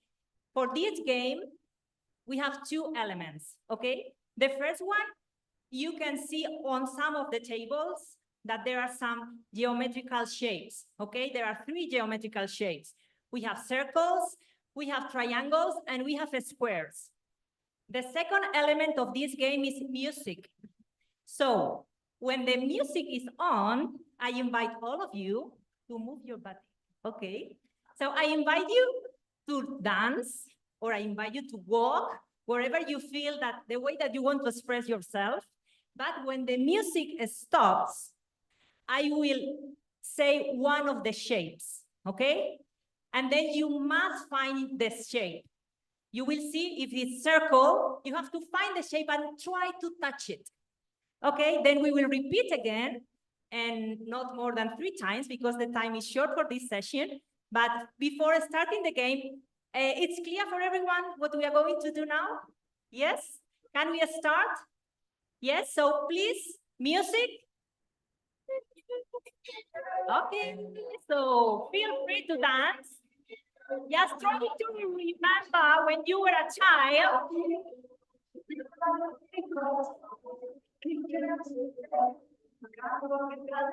Move around, circle. Can you find a circle?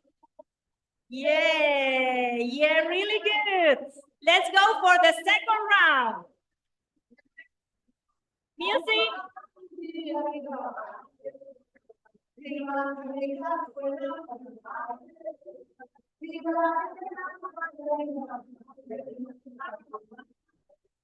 A square.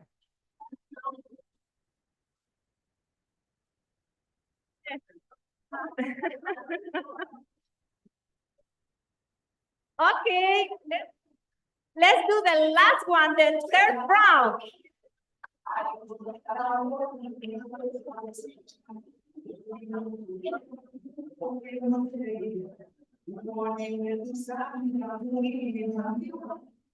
Triangle. Yeah, you knew that was triangle. Thank you so much. Okay. Thanks a lot for that. Thank you. Just one question for your reflections.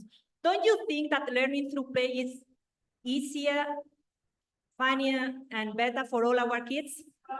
Thank you so much.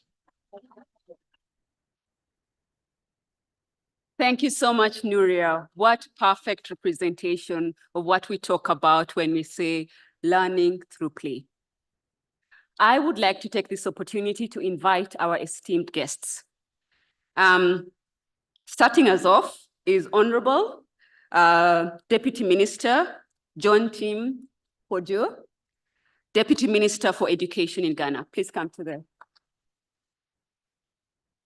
Next is Mrs. Emis Njeru, Director, Early Childhood Development, Ministry of Education, Kenya.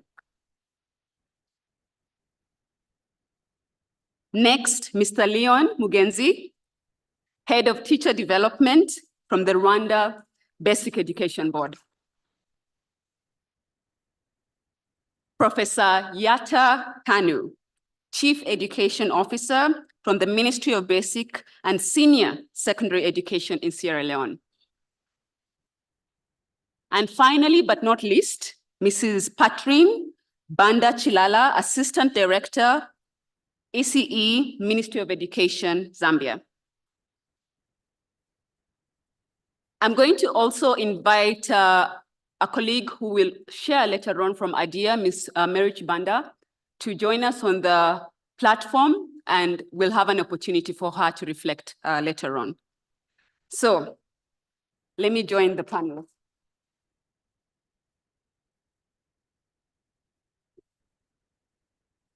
Thank you again for making the time to join us at this panel, at this discussion, but also just be part of the activities that we've just had that are demonstrating the power of play already.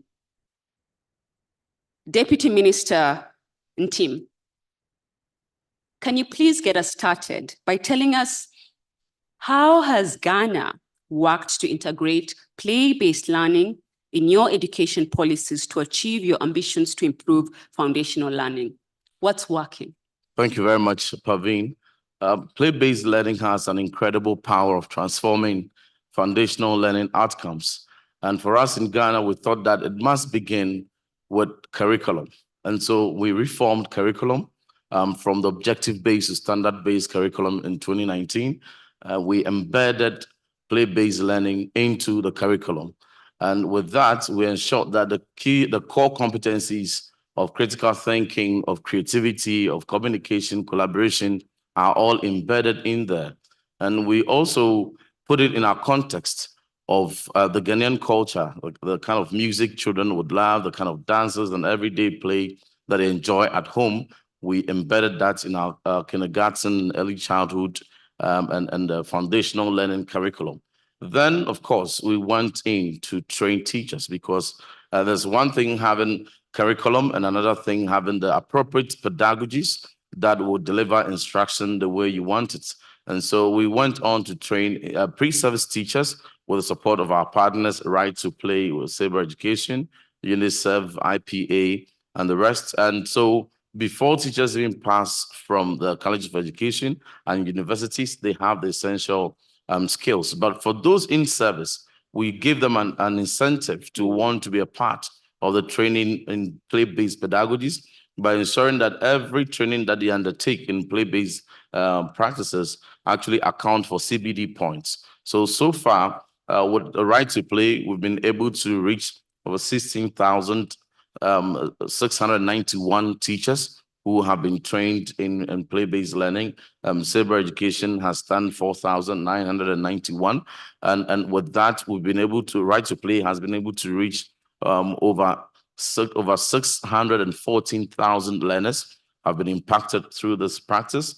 We've also been able to impact 5,051 schools through this. UNICEF has been supportive in training teachers in differentiated learning. And so in all of this, we've been able to make the classroom very exciting for learners to want to go to school to learn.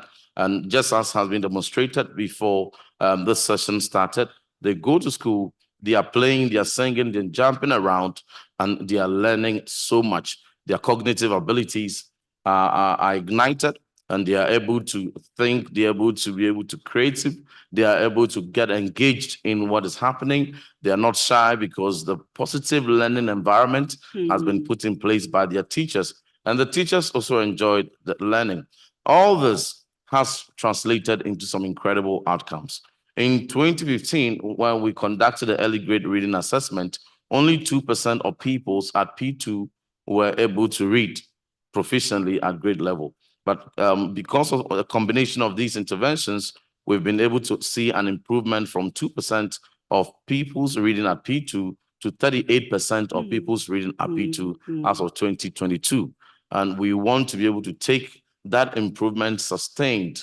We don't want to get back to 2% of pupils reading, and we don't even want to be stagnant at 38%. But the target is to ensure that with all these interventions becoming part of the system, and as a matter of fact, in Ghana, we've made play-based learning an integral part of the Ghana education system. And for that, we've seen at the system level, officers have been trained.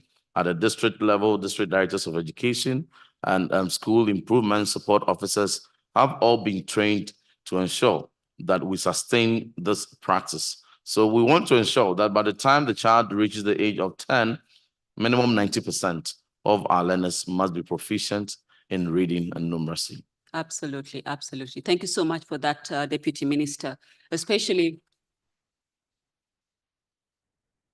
listening to today's discussions around system, but also classroom. Mrs. Njeru, I'd like to move over to you and ask the same question for Kenya. How is your government bringing play-based learning into your education systems? Thank you very much. As you have heard, my name is Ms. Njeru, Head of ECD at the Ministry of Education. And ladies and gentlemen, I'm sure you are aware about Kenya and sports and games. These are very critical in our system. And for that matter, through our competency-based curriculum, this year we decided to review the learning areas to incorporate play-based learning in our early years education to ensure teachers don't beat about the bush, but critically analyze the areas so that they can involve the learners. We have also come up with the policies to guide on play-based learning. We have a national policy for early childhood education with guidelines to guide teachers on how to go about it. We have also come up with policies on digital learning program where teachers are being shown how to incorporate digital technology in ensuring children learn through play. In cases where some institutions are not able to procure some of the equipments for play, we are training teachers to customize, use available resources in their areas to ensure children also take part in developing those items to use them for play. In our standards guidelines, we have specified standards that schools should have to ensure the environment is safe for children to play, to check on the classroom environment. It should be reflective on play instruments, play pictures, and also items that children should use for play. We have been supported by various partners, especially UNICEF, in our informal settlements. They have done a lot as far as procuring play equipment is concerned. And of late, we have seen an upsurge of so many learners coming to school, especially in pre-primary, because of play items in the school. Yeah, so those are some of the few things we have done, and we look forward to ensuring these learners, as they progress in other levels of education, they are also assessed or take pathways where their talents will be developed and they become professionals in their specific areas. Thank you. Thank you so much, Mrs. Gerald. I think it's really important as we talk about the learning environment, because it's a big part of really, also you talked about retention, that we have to look at what keeps children in school. I'd like to move over to you, Mr. Mugenzi. I apologize, the second name was a bit difficult for me, but Mugenzi. Can you share why and how the Rwandan government is supporting play-based learning approaches in pre-primary and primary education to enhance foundational learning? It would be great, of course, to hear from you, if you could share a bit about how you're working to support teachers to bring play into the classroom. Thank you so much, moderator. I think the concrete example of Rwanda has been given by you, moderator, and we are very happy to share with you what you are doing on this component, which is very important. The government of Rwanda is fully committed to supporting play-based learning as a key approach. That's one.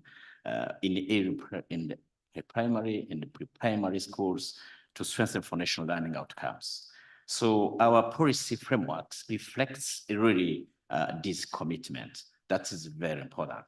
And the competence-based curriculum, as we are implementing this competence-based curriculum since 2016, advocates for learner-centered, play-based learning approaches, and from pre-primary through primary schools. This approach encourages active learning. That's when we talk about play-based learning, this component, this item of active learning is very key. Critical thinking and problem solving, essential skills for young learners. And recently, we introduced the foundational learning strategy that highlights very well play-based learning as a core pedagogical approach and focusing on improving the quality of teaching learning. We see play-based learning not only on teaching methods, but also as a way to engage learners meaningfully, helping them building essential skills and love for learning. This approach is also here in Rwanda aligned with the global best practices and showing our commitment to equipping learners with the skills needed for the 21st century skills. And the play-based learning not only engage learners actively, but also fosters social and emotional skills, essentially for lifelong learning. Over the last 4 years, Rwanda has collaborated with the key partners like the Lego Foundation, UNICEF, VVOB, VESO, and Right to Play to implement play-based learning. Those are key partners in this component, this journey. From now, these partnerships have allowed us to pilot, refine, and learn from various play-based methods. And as a result, now, we are now finalizing a learning framework, a learning through play strategy framework to guide the effective integration of play-based learning across the education system. Finally, I cannot forget the teachers. Supporting teachers also is essential to our efforts to ensure teachers are prepared and empowered to implement play-based learning. We are strengthening our policy framework and around the teacher development. Key initiatives include a teacher development and management policy, what we call here TDM policy, and continuous professional development CPD framework focuses on school-based training for teachers and updated teachers' statutes. These policies are designed to support teachers' professional growth and ensure they have the right skills and the confidence to deliver learner-centered play-based teaching and learning. Thank you. Thank you so much, Mr. Ngenzi. I just want to appreciate something, especially when you mentioned pilots. We've always been reminded, when you come, you think about opportunities to start something, to test something out, but also you've made reference to scale, looking at how you take it beyond, have frameworks in place. So thank you so much for sharing that, Mr. Ngenzi. Professor Kanu, Sierra Leone, please share with us what steps the government of Sierra Leone has taken to integrate play-based learning into your policies and programs to strengthen foundational learning. What is working for you? Yeah, we see play-based learning really as a lifeline. The more the data confronted us, I think you went over them a few minutes ago, not specifying any particular country, but we all know that across the continent, learning is a very, very important facet that we are really stumbling on. Our kids are 10 years of age. They are in class 4 and they cannot read and they cannot perform simple mathematical skills. And we know it is a problem. We accept it as a problem. And so the government jumped on it big time. Unfortunately, the literature is very clear on play-based learning. I myself am a professor, and I have taught about play-based learning to my undergraduate students for years. So I am a big believer in it. So when I came home about 4 years ago and found that it was on the radar screen of our government, we jumped on board right away. Speaking in terms of policy, play-based learning is part of our education sector plan. And as we all know in this room, your education sector plan is your government's vision and roadmap for how you can proceed. It tells you who you are as a people, what it is that you want to achieve, the goals that you set for yourself, and the roadmap that you prepare for achieving those goals. So play-based learning, you'll be pleased to know, is a huge part of our education sector plan. And we have 9 goals in the education sector plan. And the first goal is strengthening the core. What we are calling the core is curriculum, teaching, learning, resources, of course, and focus on our teachers.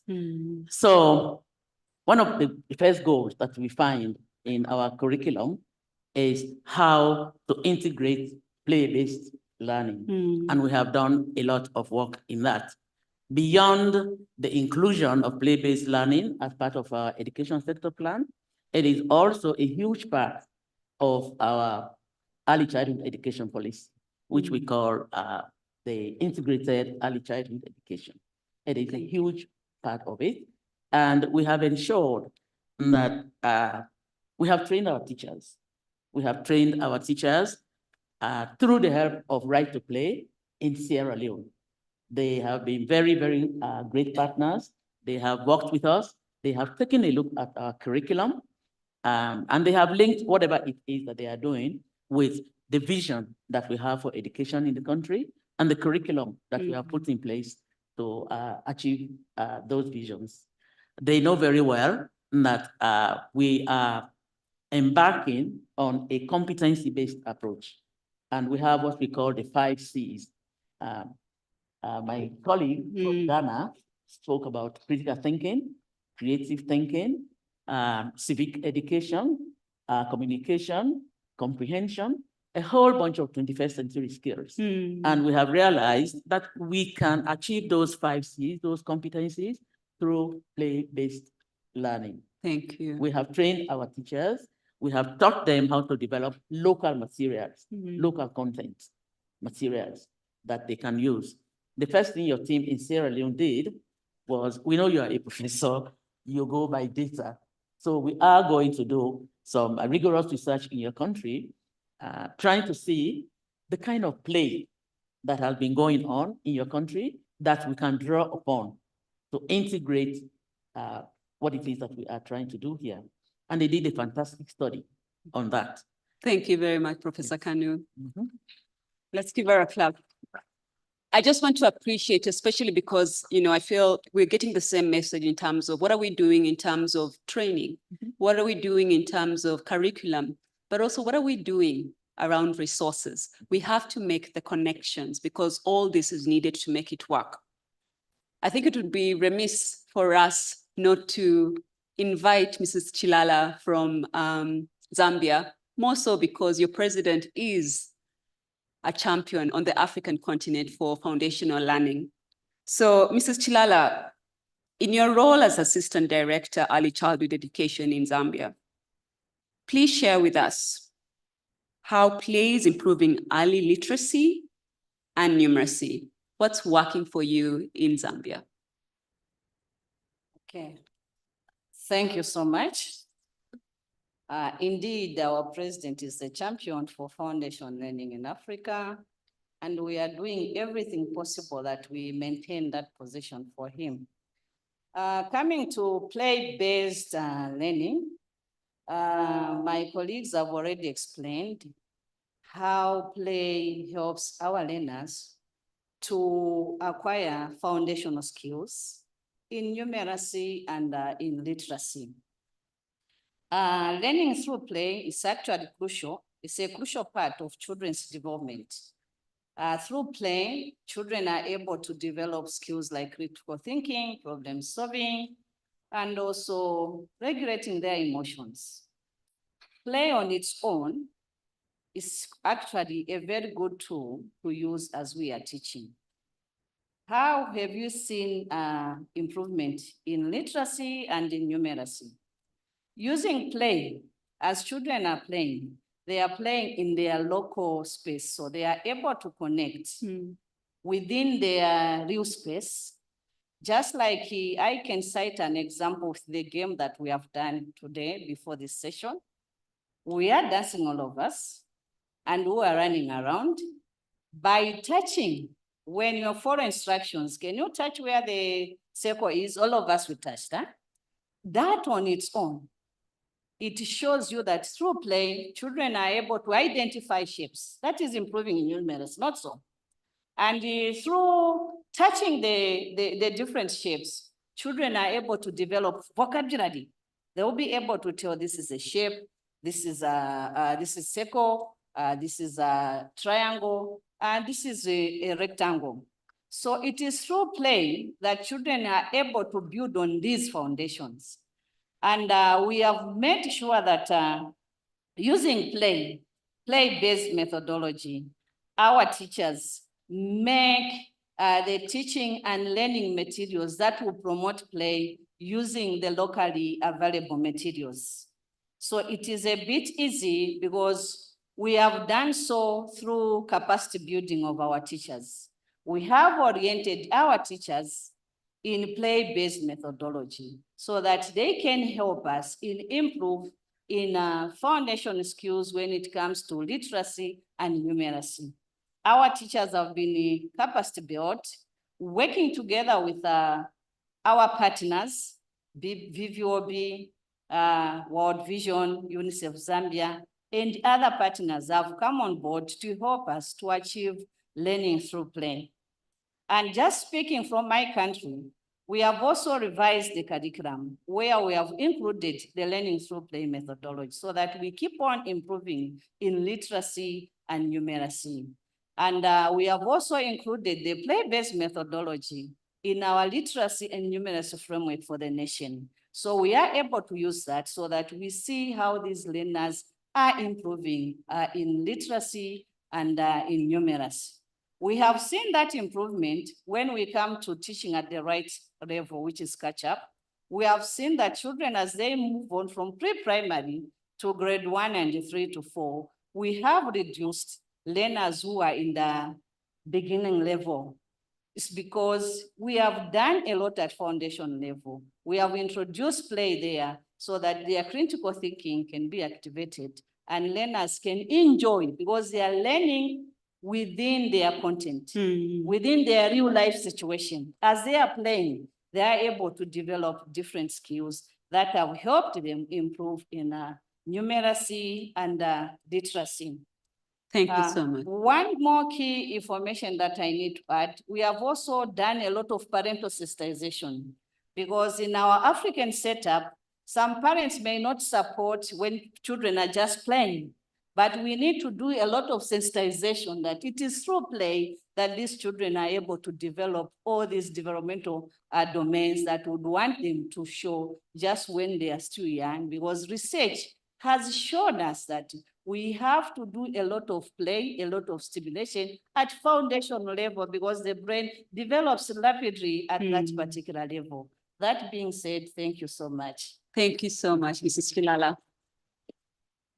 I think it's interesting, and many of us who know about the play-based methodology also have the experience, like Mrs. Chilala shares, of having to discuss with parents. I myself have always negotiated with my children, are you playing or are you studying? You know, so this conversation, you know, we are looking at how play facilitates learning. I'll be asking the panelists just one more question to respond in 1 minute, but I'd like all of you, please, to prepare, because we'll have an opportunity for you to ask your questions. Please write down your question. We might have somebody go around and get some of the questions, depending on the time, but I'll come back round to Honorable Deputy Minister and team. We've talked about Ghana, you know, in terms of integrating play-based learning. Are there any specific strategies you'd say, you know, have worked in supporting teachers adopt this approach at the classroom level? 1 minute. Yes, in Ghana, we have worked with teachers to ensure that play-based pedagogy is part of the system, an integral part of our education system, and that learner-centered approach is delivered in all our classrooms. We have successfully implemented a pilot stage, and a great thanks to Right to Play for the incredible support they gave. Now we've been able to form a coalition of partners within play-based pedagogies, Right to Play, Civil Education, UNICEF, IPA, Lively Minds, and they've put together a KG insert package that becomes the blueprint upon with which every teacher within the foundational learning space will have to be trained in so we can go to scale. And we're moving away from having implementation in silos or having interventions in silos. So they are working, the partners are working together. They're also working together with the World Bank on a major program, Gallup, and that ensures that teaching and learning resources are available in the classroom, locally made material, textbooks, workbooks, all that are supporting classrooms and the teachers to ensure that we deliver that instruction. So we're going to scale at this point in time to ensure that every teacher gets the appropriate pedagogies to teach. Thank you so much, Deputy Minister and team. Moving both at the system level and the classroom level. Mrs. Njeru, are there any maybe key partnerships you'd like to share or resources that have been crucial in Kenya's efforts to embed play-based learning in schools? 1 minute. Yes, there's some funds allocated to the county government to procure items for play. And in most counties, because some of the early years education is devolved, they are already doing that and ensuring they procure. The other thing we are doing as a country is we have reviewed the teacher training curriculum for diploma in education and primary education, so that it can accommodate play-based learning pedagogy. Yes. The other partners we are working, the other thing we are doing is ensuring in other levels of learning, that is grade 1 to grade 6, it is timetabled to allow learners to have time to play. If they cannot play continuously in class through learning, they also play outdoor play. So we ensure as a standard department at the Ministry of Education, we ensure the standards are maintained in the classroom to have play-based materials in the classroom and play-based materials out of the classroom. Thank you very much, Mrs. Njeru. In and out of the class. Mr. Mungezi, feedback is important. Feedback from your teachers. It'd be great to hear from you in the Rwandan context. Could you highlight any feedback you have received from the teachers and schools as Rwanda implements play-based learning across classrooms? Yes, that's a good question. And let me give the feedback as the head of our Teacher Development Management Department. First of all, the feedback we are receiving from teachers are increasingly willing normally to integrate play-based learning in their teaching. Teachers are willing really to integrate these play-based learning approaches and recognizes also the value in boosting engagement and foundation skills. This one. And for the new recruited teachers, they need more training. And we are really very happy that even not only in the primary, even when I visited the secondary school teachers, they need also to integrate this play-based, because at the end, we see that the play-based learning approaches are very key, very important, and motivating teachers and learners at the same time. Thank you. Thank you very much, Mr. Mugenzi. So that's a positive feedback that you're receiving from your teachers. I'd like to call upon Professor Yanu. Could you share with us any challenges Sierra Leone has faced in implementing the play-based learning approach and how you're addressing them? Yeah, if there is one challenge, I can share with the audience to learn from as you embark on play-based learning is to try to make it as indigenous as you can.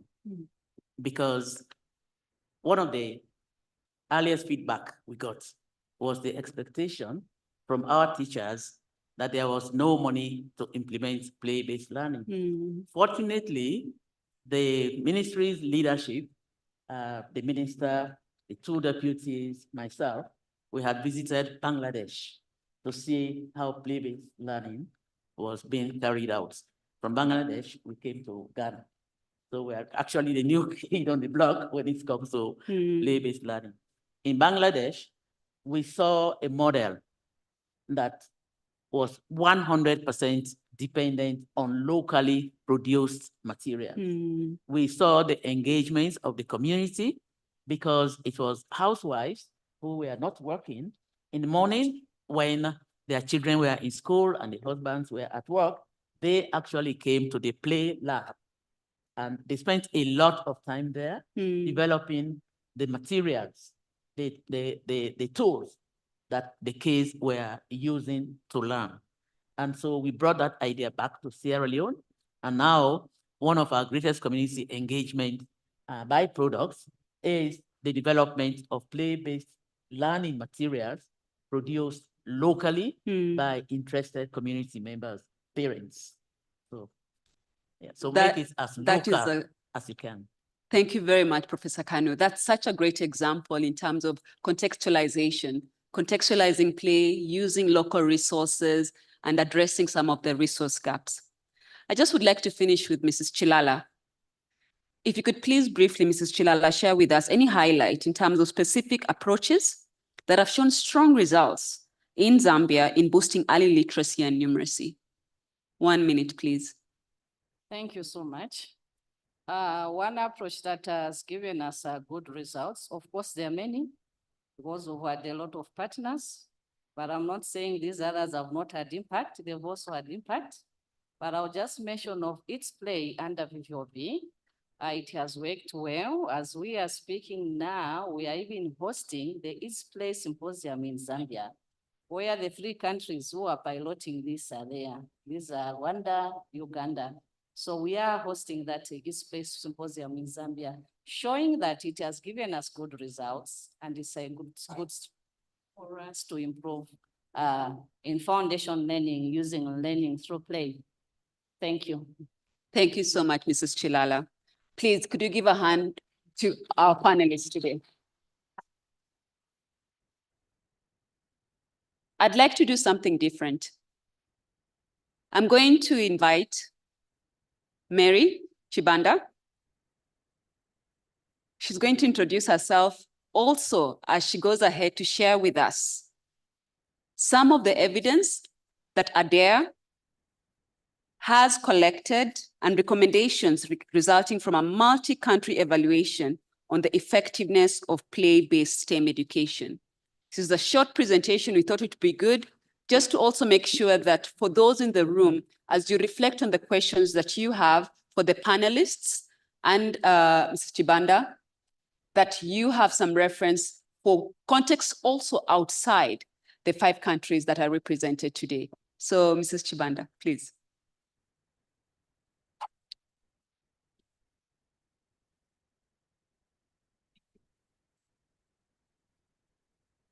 Thank you very much, our moderator.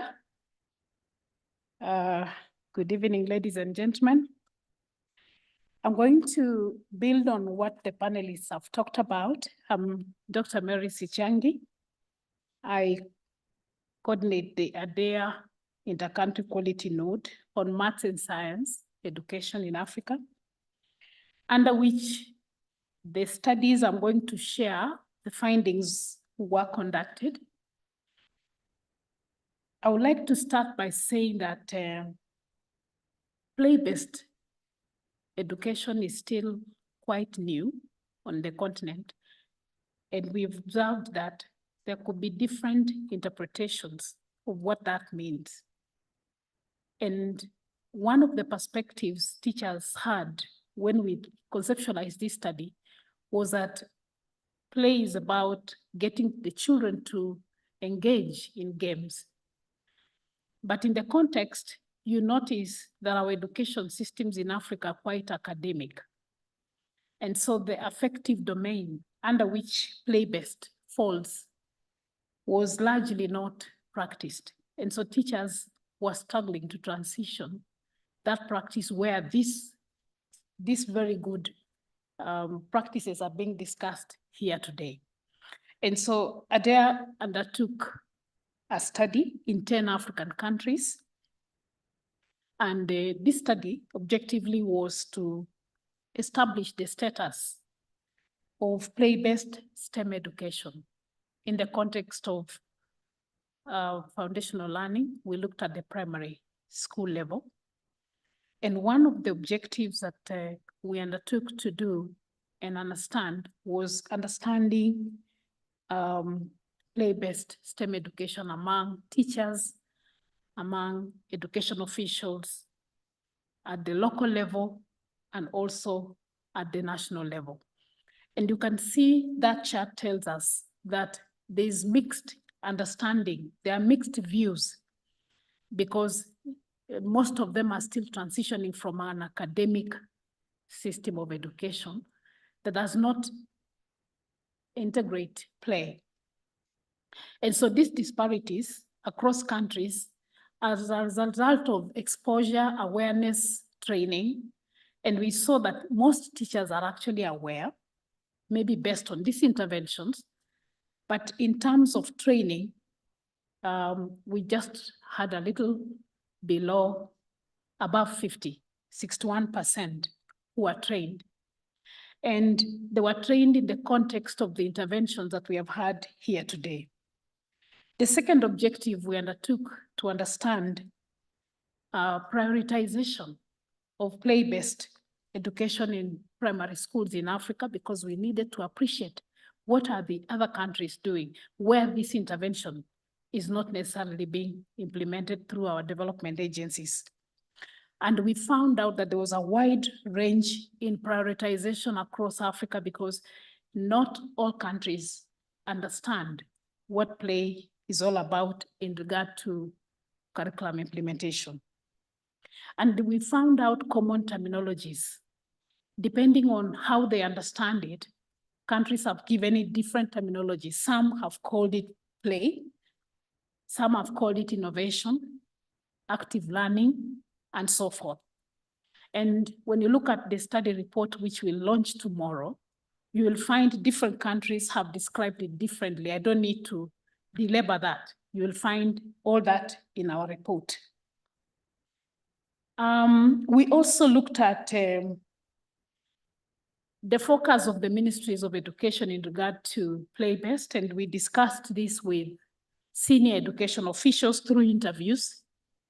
And they felt that the interventions have specific prioritizations, like teacher professional development is a priority in some of the interventions in some countries. Others are looking at the curriculum review in order to integrate play. And there are others who are looking at the policies in terms of reform, looking at resources and facilities, and others are looking at how to operationalize the meaning of play-based pedagogies in their curriculum. We also looked at some of the initiatives that exist within countries, and I'm sure you've heard some here today. We have the Kenya Play project, and it is only implemented in 2 counties out of 47 counties in Kenya. Looking at its play in Rwanda, Uganda, and Zambia, again, in terms of reach, we noted that it's yet to be undertaken at national level. We found out there is another initiative called Experimental, which has this perspective within Kenya, Nigeria, and Ghana, and a list of others that you'll find in the report being called different names, pedagogical boxes, and so forth. And all these are interventions towards introducing play, some on a small scale, some on a medium. We are yet to create a large scale. And that tells us something, that if an intervention is working in a specific country, then we need to think scale in line with the theme of this conference. The other aspect of these findings is that we went into lessons and observed lessons to appreciate actually what is happening in the class where they are discussing the concept of play. And from lesson observations, we found out that teachers are really interested to practice play, but in terms of capacity, they are not able to practice the tenets of play simply because of the fear of transitioning from an academic environment. And therefore, when you look at the study report, you will notice the transition is still slow. Possibly they need to be very confident through teaching practices that are supported by the education structures in schools. And the other area we also noted is that less than 50% of the teachers are actually ready to practice play-based in terms of capacity. They could be willing, like one of us has said here, but in terms of capacity through lesson observation, we still see incapacity in practice. And we've further looked at the barriers to integration of play-based, and we found three main barriers, basically technical barriers, which I've already alluded to, and one of them is low foundational skills in reading and numeracy, and inadequate number or insufficient number of teachers who are qualified in this particular perspective. I would also like to indicate that there are institutional barriers that create a challenge for teachers to practice the school policy. If the school policy is still emphasizing academic, then it's possible that the teachers will not practice. Then, of course, large class sizes. You noted the teacher who started this session today was able to teach all of us through play, just by giving us activities that are within the frame of this classroom. Teachers are still struggling with large classes in terms of play and being able to link and create connections between the play and the learning on one hand. Of course, resources shall never be enough. We found out that there was lack of resources and facilities and funding because teachers need lots of resources, which some of them are not able to innovatively develop. In my conclusion, ladies and gentlemen, based on the study on play-based, you're showing my recommendations. Maybe you could go back so that whoever is running the slide. In my conclusion, I would like to say that based on the study findings, we need to revisit the operational meaning and interpretation of play within the context of school systems that exist in Africa. There's quite a wide range of prioritization by ministries of education when it comes to play. They have various priorities that we could actually contextualize play within the same. And therefore, in this study, we are suggesting that if we could look critically at the existing policies, how do we integrate without causing a situation where the teacher finds themselves struggling to transit? And we are also saying that if less than 50% of teachers have sufficient readiness to adopt play, then there must be fast tracking of teacher capacity development and addressing of the barriers that cause that delay. And therefore, using the findings of this study, ADEA has actually developed a STEM toolkit for Africa to sort of harmonize, first of all, the operational meaning of play and STEM, and in the context of the African countries' need.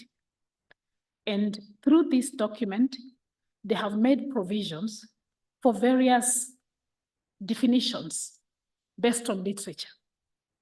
And then using the same toolkit, they have proposed teacher professional development guide that will strengthen their capacity to practice play-based STEM.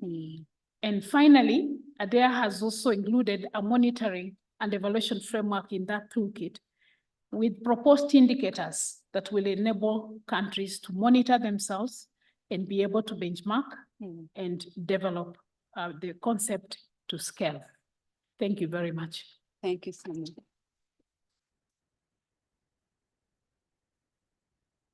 So I made one of those quintessential moderator errors.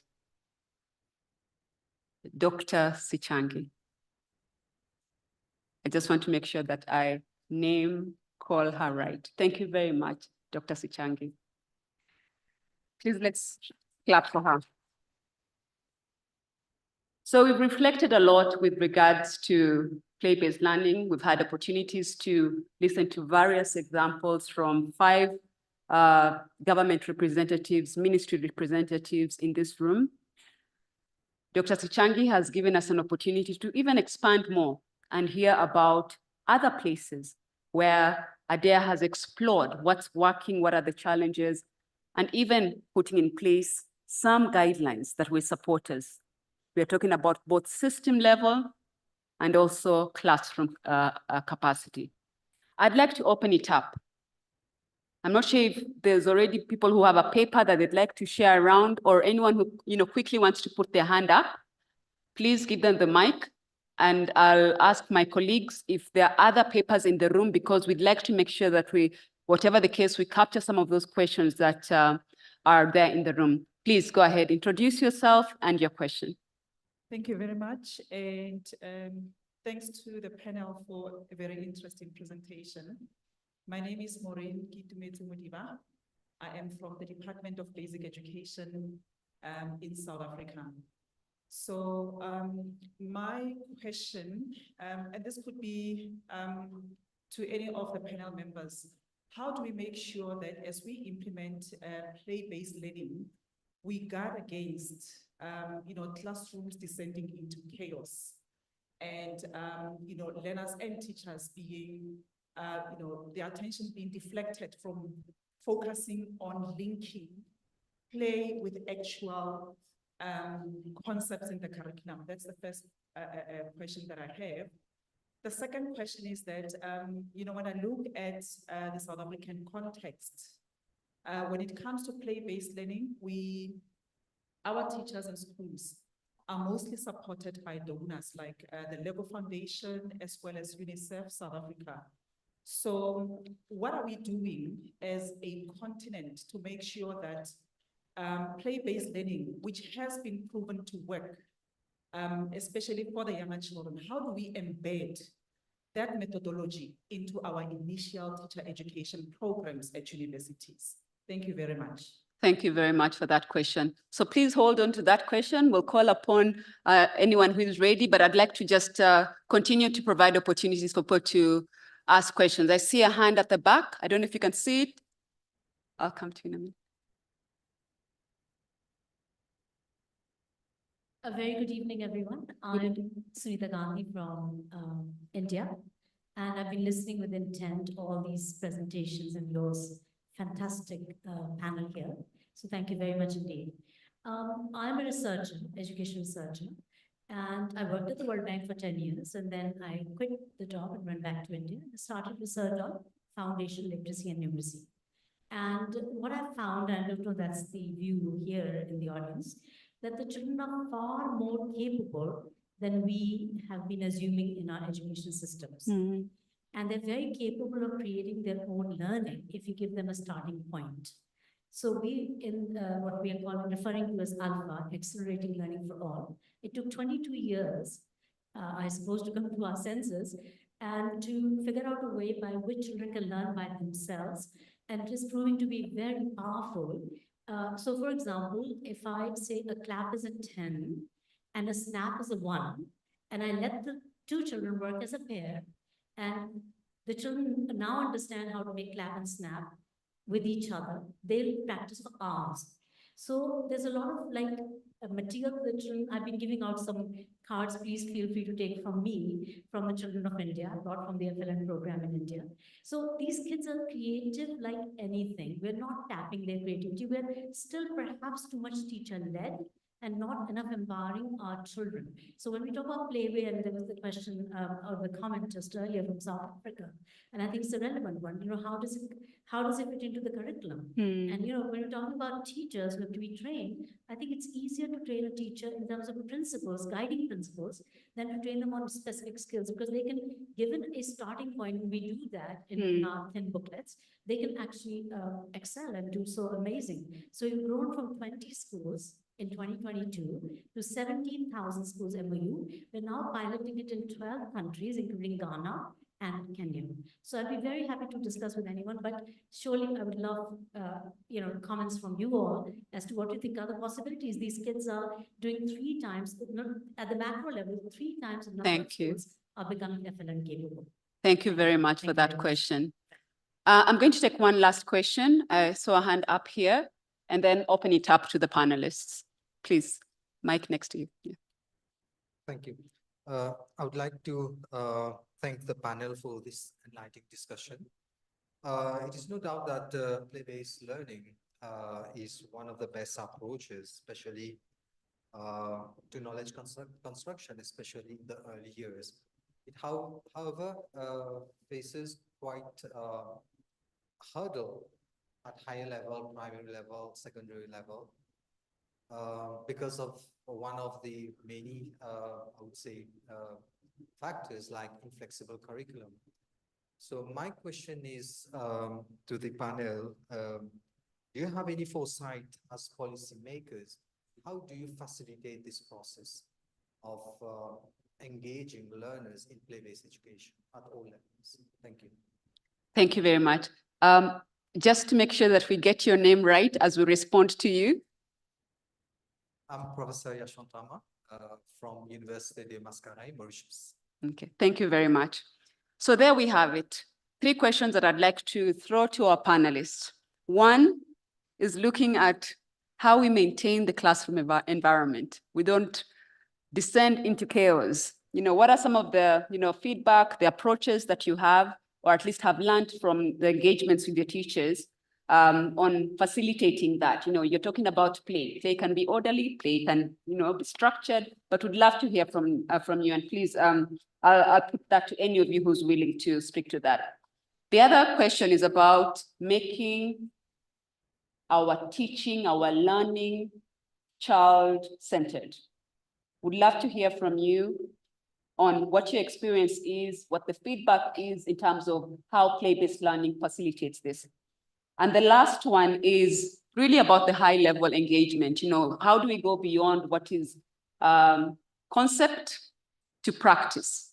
And as we talk about curriculums and things like that, what has been your experience? So please, feel free to speak up. I'll say the first one. Please go ahead, Professor Kami. Classroom management.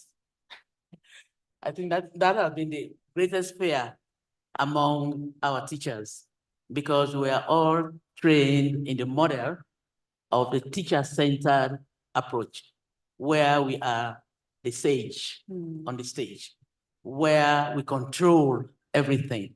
And it becomes extremely difficult for us to let go of that control, because we think that if we are not at the center of the teaching process, there is going to be chaos descending on our classrooms. It takes training. It really does take training of teachers. And it starts with basic training for group work. If you have a large class, then you can easily control that class without the class falling into chaos by dividing them into small groups. Small group work, and you circulate from team to team. Make sure that you give them meaningful activities that they can do. Believe me, if you know classroom control, you are not going to have chaos in your classroom. What I saw in Bangladesh that was quite impressive was that there were a number of play corners in the classrooms. And at any point in time, you had a small group of kids playing and working in one corner of the classroom. And your job as a teacher is to circulate around the class, going from corner to corner. And when they were done doing activities, of course, you time them. See, they spend about 15, 20 minutes in one corner, and then they switch to another corner. I did not see any chaos in that classroom, but it does need teacher training. Thank you very much for that, Professor Kano. I just want to appreciate that. Also recognizing that even when there is structure, chaos can descend. So I appreciate the point around training. Anyone else would like to respond to the child-centered approach in what play-based learning provides an opportunity for us to shift? So thank you. I think the second part of question was how do we embed the play-based approach in our teaching institution? So this was very important question, because let's say in Rwanda, we have teacher training colleges. We have 16 countrywide. So those teacher training colleges, they are training the future pre-primary and primary teachers. So we make sure now in our curriculum review that play-based approaches or methods are really included in pre-service teacher training. In addition to that, we are also capacitating our teachers in continuous professional training we are giving so that play-based approach also are used. So this is how I can answer to that question. But at university level, as we have now secondary school teachers from universities, and the play-based approach is not yet at secondary level. So we are really focusing on teacher training colleges, training pre-primary and primary teachers. Thank you. Thank you for that, Mr. Mugezi. And I feel like it also connects a bit to the question you asked on higher level. I think at the moment, we see a lot of opportunities with play-based learning at the early childhood level, the foundational learning level, primary level. But as we go forward, and we are happy to connect with you about our experience in terms of life skills and how play-based learning, even for the older children, can be facilitated. Yeah, I'm going to, yes. Yes, on that response to my dear professor's concern, I think that play-based approach builds a solid foundation for STEM strategy as you go higher the levels. We in Ghana have deepened emphasis on STEM. So from the early years, we base on the principles of play-based, and then we get the learners to be able to get into practical STEM demonstration and innovation. And so from the singing and playing around and all that, they get into practical innovation. And we've seen primary school, upper levels, and GHS going from Ghana to global robotics competition and other innovation competitions and bringing home very sterling prizes. So I think we can draw on the principles of the fundamental principles of play-based pedagogies and then dovetail that into STEM education as we go higher on the levels. But just to add a little to the concern raised by Pauline, you need to, in addition to the fantastic response from Professor, training is key.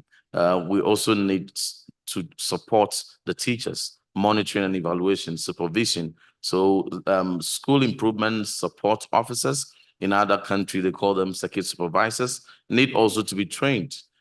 So they will be able to, from time to time, check on classroom practices to ensure that the teachers don't veer into excesses, but they stick to the structure of the training and always engage in appropriate play. Thank you. Thank you so much, Deputy Minister. I'm going to call on Mrs. Njeru before I request Mrs. Chilala to finish also. Yes, I also want to add on how to maintain learners in the classroom to avoid chaos. In Kenya, we provide materials for 2 levels. That is for the learner and for the teacher. And the teachers guides the learner what to do. So they ensure there is order in the classroom. And since it's competency-based, the teacher is supposed through training to use skills, collaboration, teamwork, etc., and the use of objects in the classroom. So by so doing, the classroom is well maintained. On the issue of high level to the classroom, in Kenya, we use the policy aspects to trickling down to guidelines. We do the policies that guide the policies to guide the system, and then developing guidelines that are used by the teachers and other stakeholders to know what is expected to be done. Thank you so much. Thank you so much, Mrs. Njeru. Finally, Mrs. Chilala. Let me also add my voice on how we can prevent. Okay. Hello, how we can prevent chaos in class. The answers that have already been given are also very, very correct. But like in Zambia, we have come up with national quality standards. Those also, they guide how many learners should be in a class. Because again, if you have over-enrolled the learners, there you expect also chaos. So there must be national quality standards to guide on how many learners, on the resources, and how you are going to handle your class. that can also help you to reduce chaos in class. Thank you so much. Thank you very much. Let's give them a hand. A lot of reflections today. And I'm thinking about the discussions we've had yesterday, today, talking about this young group of children who we want to prepare for the next level in terms of learning, but also the next level in terms of being a big part of thriving the African continent. Thank you so much to the panelists who have joined us today and shared their insights on what their experiences are. Dr. Chipanda, again, I'm doing this, Sichangi. I don't know why Chipanda has stayed in my mind. Dr. Sichangi, thank you so much for sharing with us about the experience, the research that ADEA has done. I just want to summarize some of the key reflections coming from what the panelists have shared with us. I feel I'd like to take that statement. Training is key. Training is key. We need to invest in supporting our teachers to actually do better in the classroom.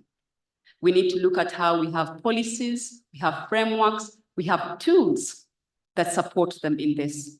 It's also about the mindset shift. And I appreciate, I think, one of the responses given about how do we engage parents? How do we engage the communities? Because, you know, the learning experience is not just in the classroom. The learning experience also is at home, and how the parents see the role of play in helping their children learn is really important.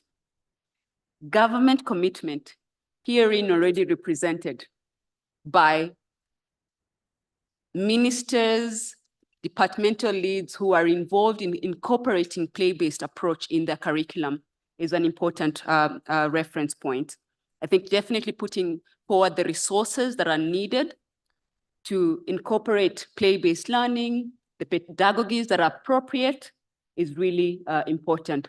So those are some of the reflections that I just want to thank you again for joining us for this discussion. Please feel free to connect with them after this as we prepare for, I know we'll have a bit of time after this to prepare for the evening event, but I would be remiss if I did not let us close with a play activity. So I'm going to invite my friend James as the panelists leave and join the play activity. Please give them a hand. James, to take us through one more play activity. Thank you very much.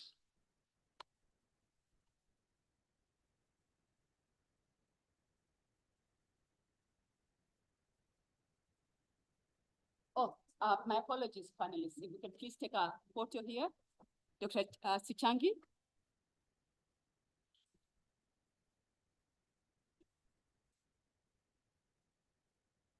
Please.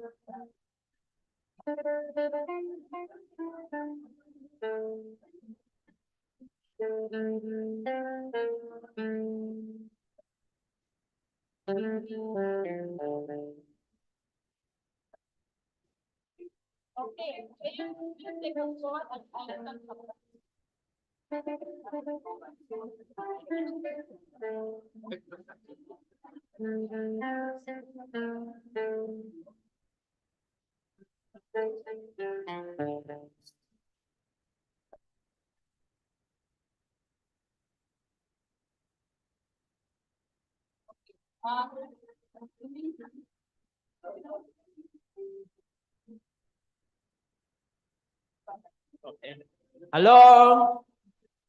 When I say hello, you say hi. Hello. When I say hi, you say hello. Hi. Hello. Hi. Okay, thank you very much. While they take the pictures, you can join me. We all appreciate the fact that if we are to enhance the foundational learning skills in children, we need to tap into their world. And their world is a playful world. And in the world of the children, they have a certain superstar. They have a star.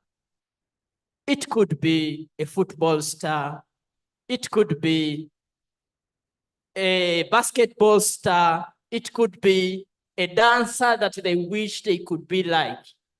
So I will be asking some people here to tell me, you not tell me the name of the superstar, but you'll show me any of the actions. You will show us your superstar in action. Maybe I can start with Mr. James. Which game do you prefer most? Which play activity do you prefer most? Football. Okay, can you show me one of your superstar in action? Okay. Can I see everyone doing that? Like doing that in the middle. Can you pose like a superstar of Mr. Mujenzi? Can we stand up, please? Can we stand up? So all of us, can we be the superstar of Mujenzi? 1, 2, 3, we go. I want to see you in action. 1, 2, 3, we go. Okay, wonderful. I need someone else. That is football. I was enjoying what the cultural dancers were doing. For me, I'll go with, I want my favorite action for cultural dancers of Rwanda is this. Can you all do that? Can you stand up and do that? I want you to do that. 1, 2, 3, we go. Okay. So we are going to attach numbers. I'm going to get one more person. I have my friend Raymond from Sierra Leone. Who is your superstar other than a footballer, a dancer, a boxer? Sugar Leonard. Okay. All right. Can you do like what he's doing? 1, 2, 3, we go. So now we have 3 actions of one of our friends' superstars. The first action is you are going to attach number 1. Whenever the answer has to be 1, you will do that. It's mine, of course. I want you to do that dance. 1, 2, 3, we go. Number 2, you will do that. Whenever the answer has to be 2, you will do that. And when the answer has to be 3, you will do what the superstar for Raymond. Okay? So what are we going to do? Can you stand up in a place where you can turn around? So we are going to do star math. We are going to be mathematicians, but who are stars? So we are going to sing star math, star math, star math, star math, star math. So when the teacher mentions, like, for example, 1 plus 0 is 1, you will do the Mr. Mujenzi's action. You not say 1, you just do the action. And when the answer is 2, you do James's. And when the answer is 3, you will do Raymond's action, right? Are you ready? Are you ready? Hello? Hi. Okay, star math, star math, star math, star math, star math, star math. 1 plus 1. We are not saying the answer. Okay, star math, star math. We go again. Star math, star math, star math, star math. 4 minus 1. Yeah, that one. Star math, star math. Star math, star math. 10 divided by 10. Yes. Okay, star math, star math. Star math, star math. 100 divided by 50. Now we are big learners. Oh, wonderful. Thank you very much. Thank you very much. I just have some announcements that I need to share for the organizers.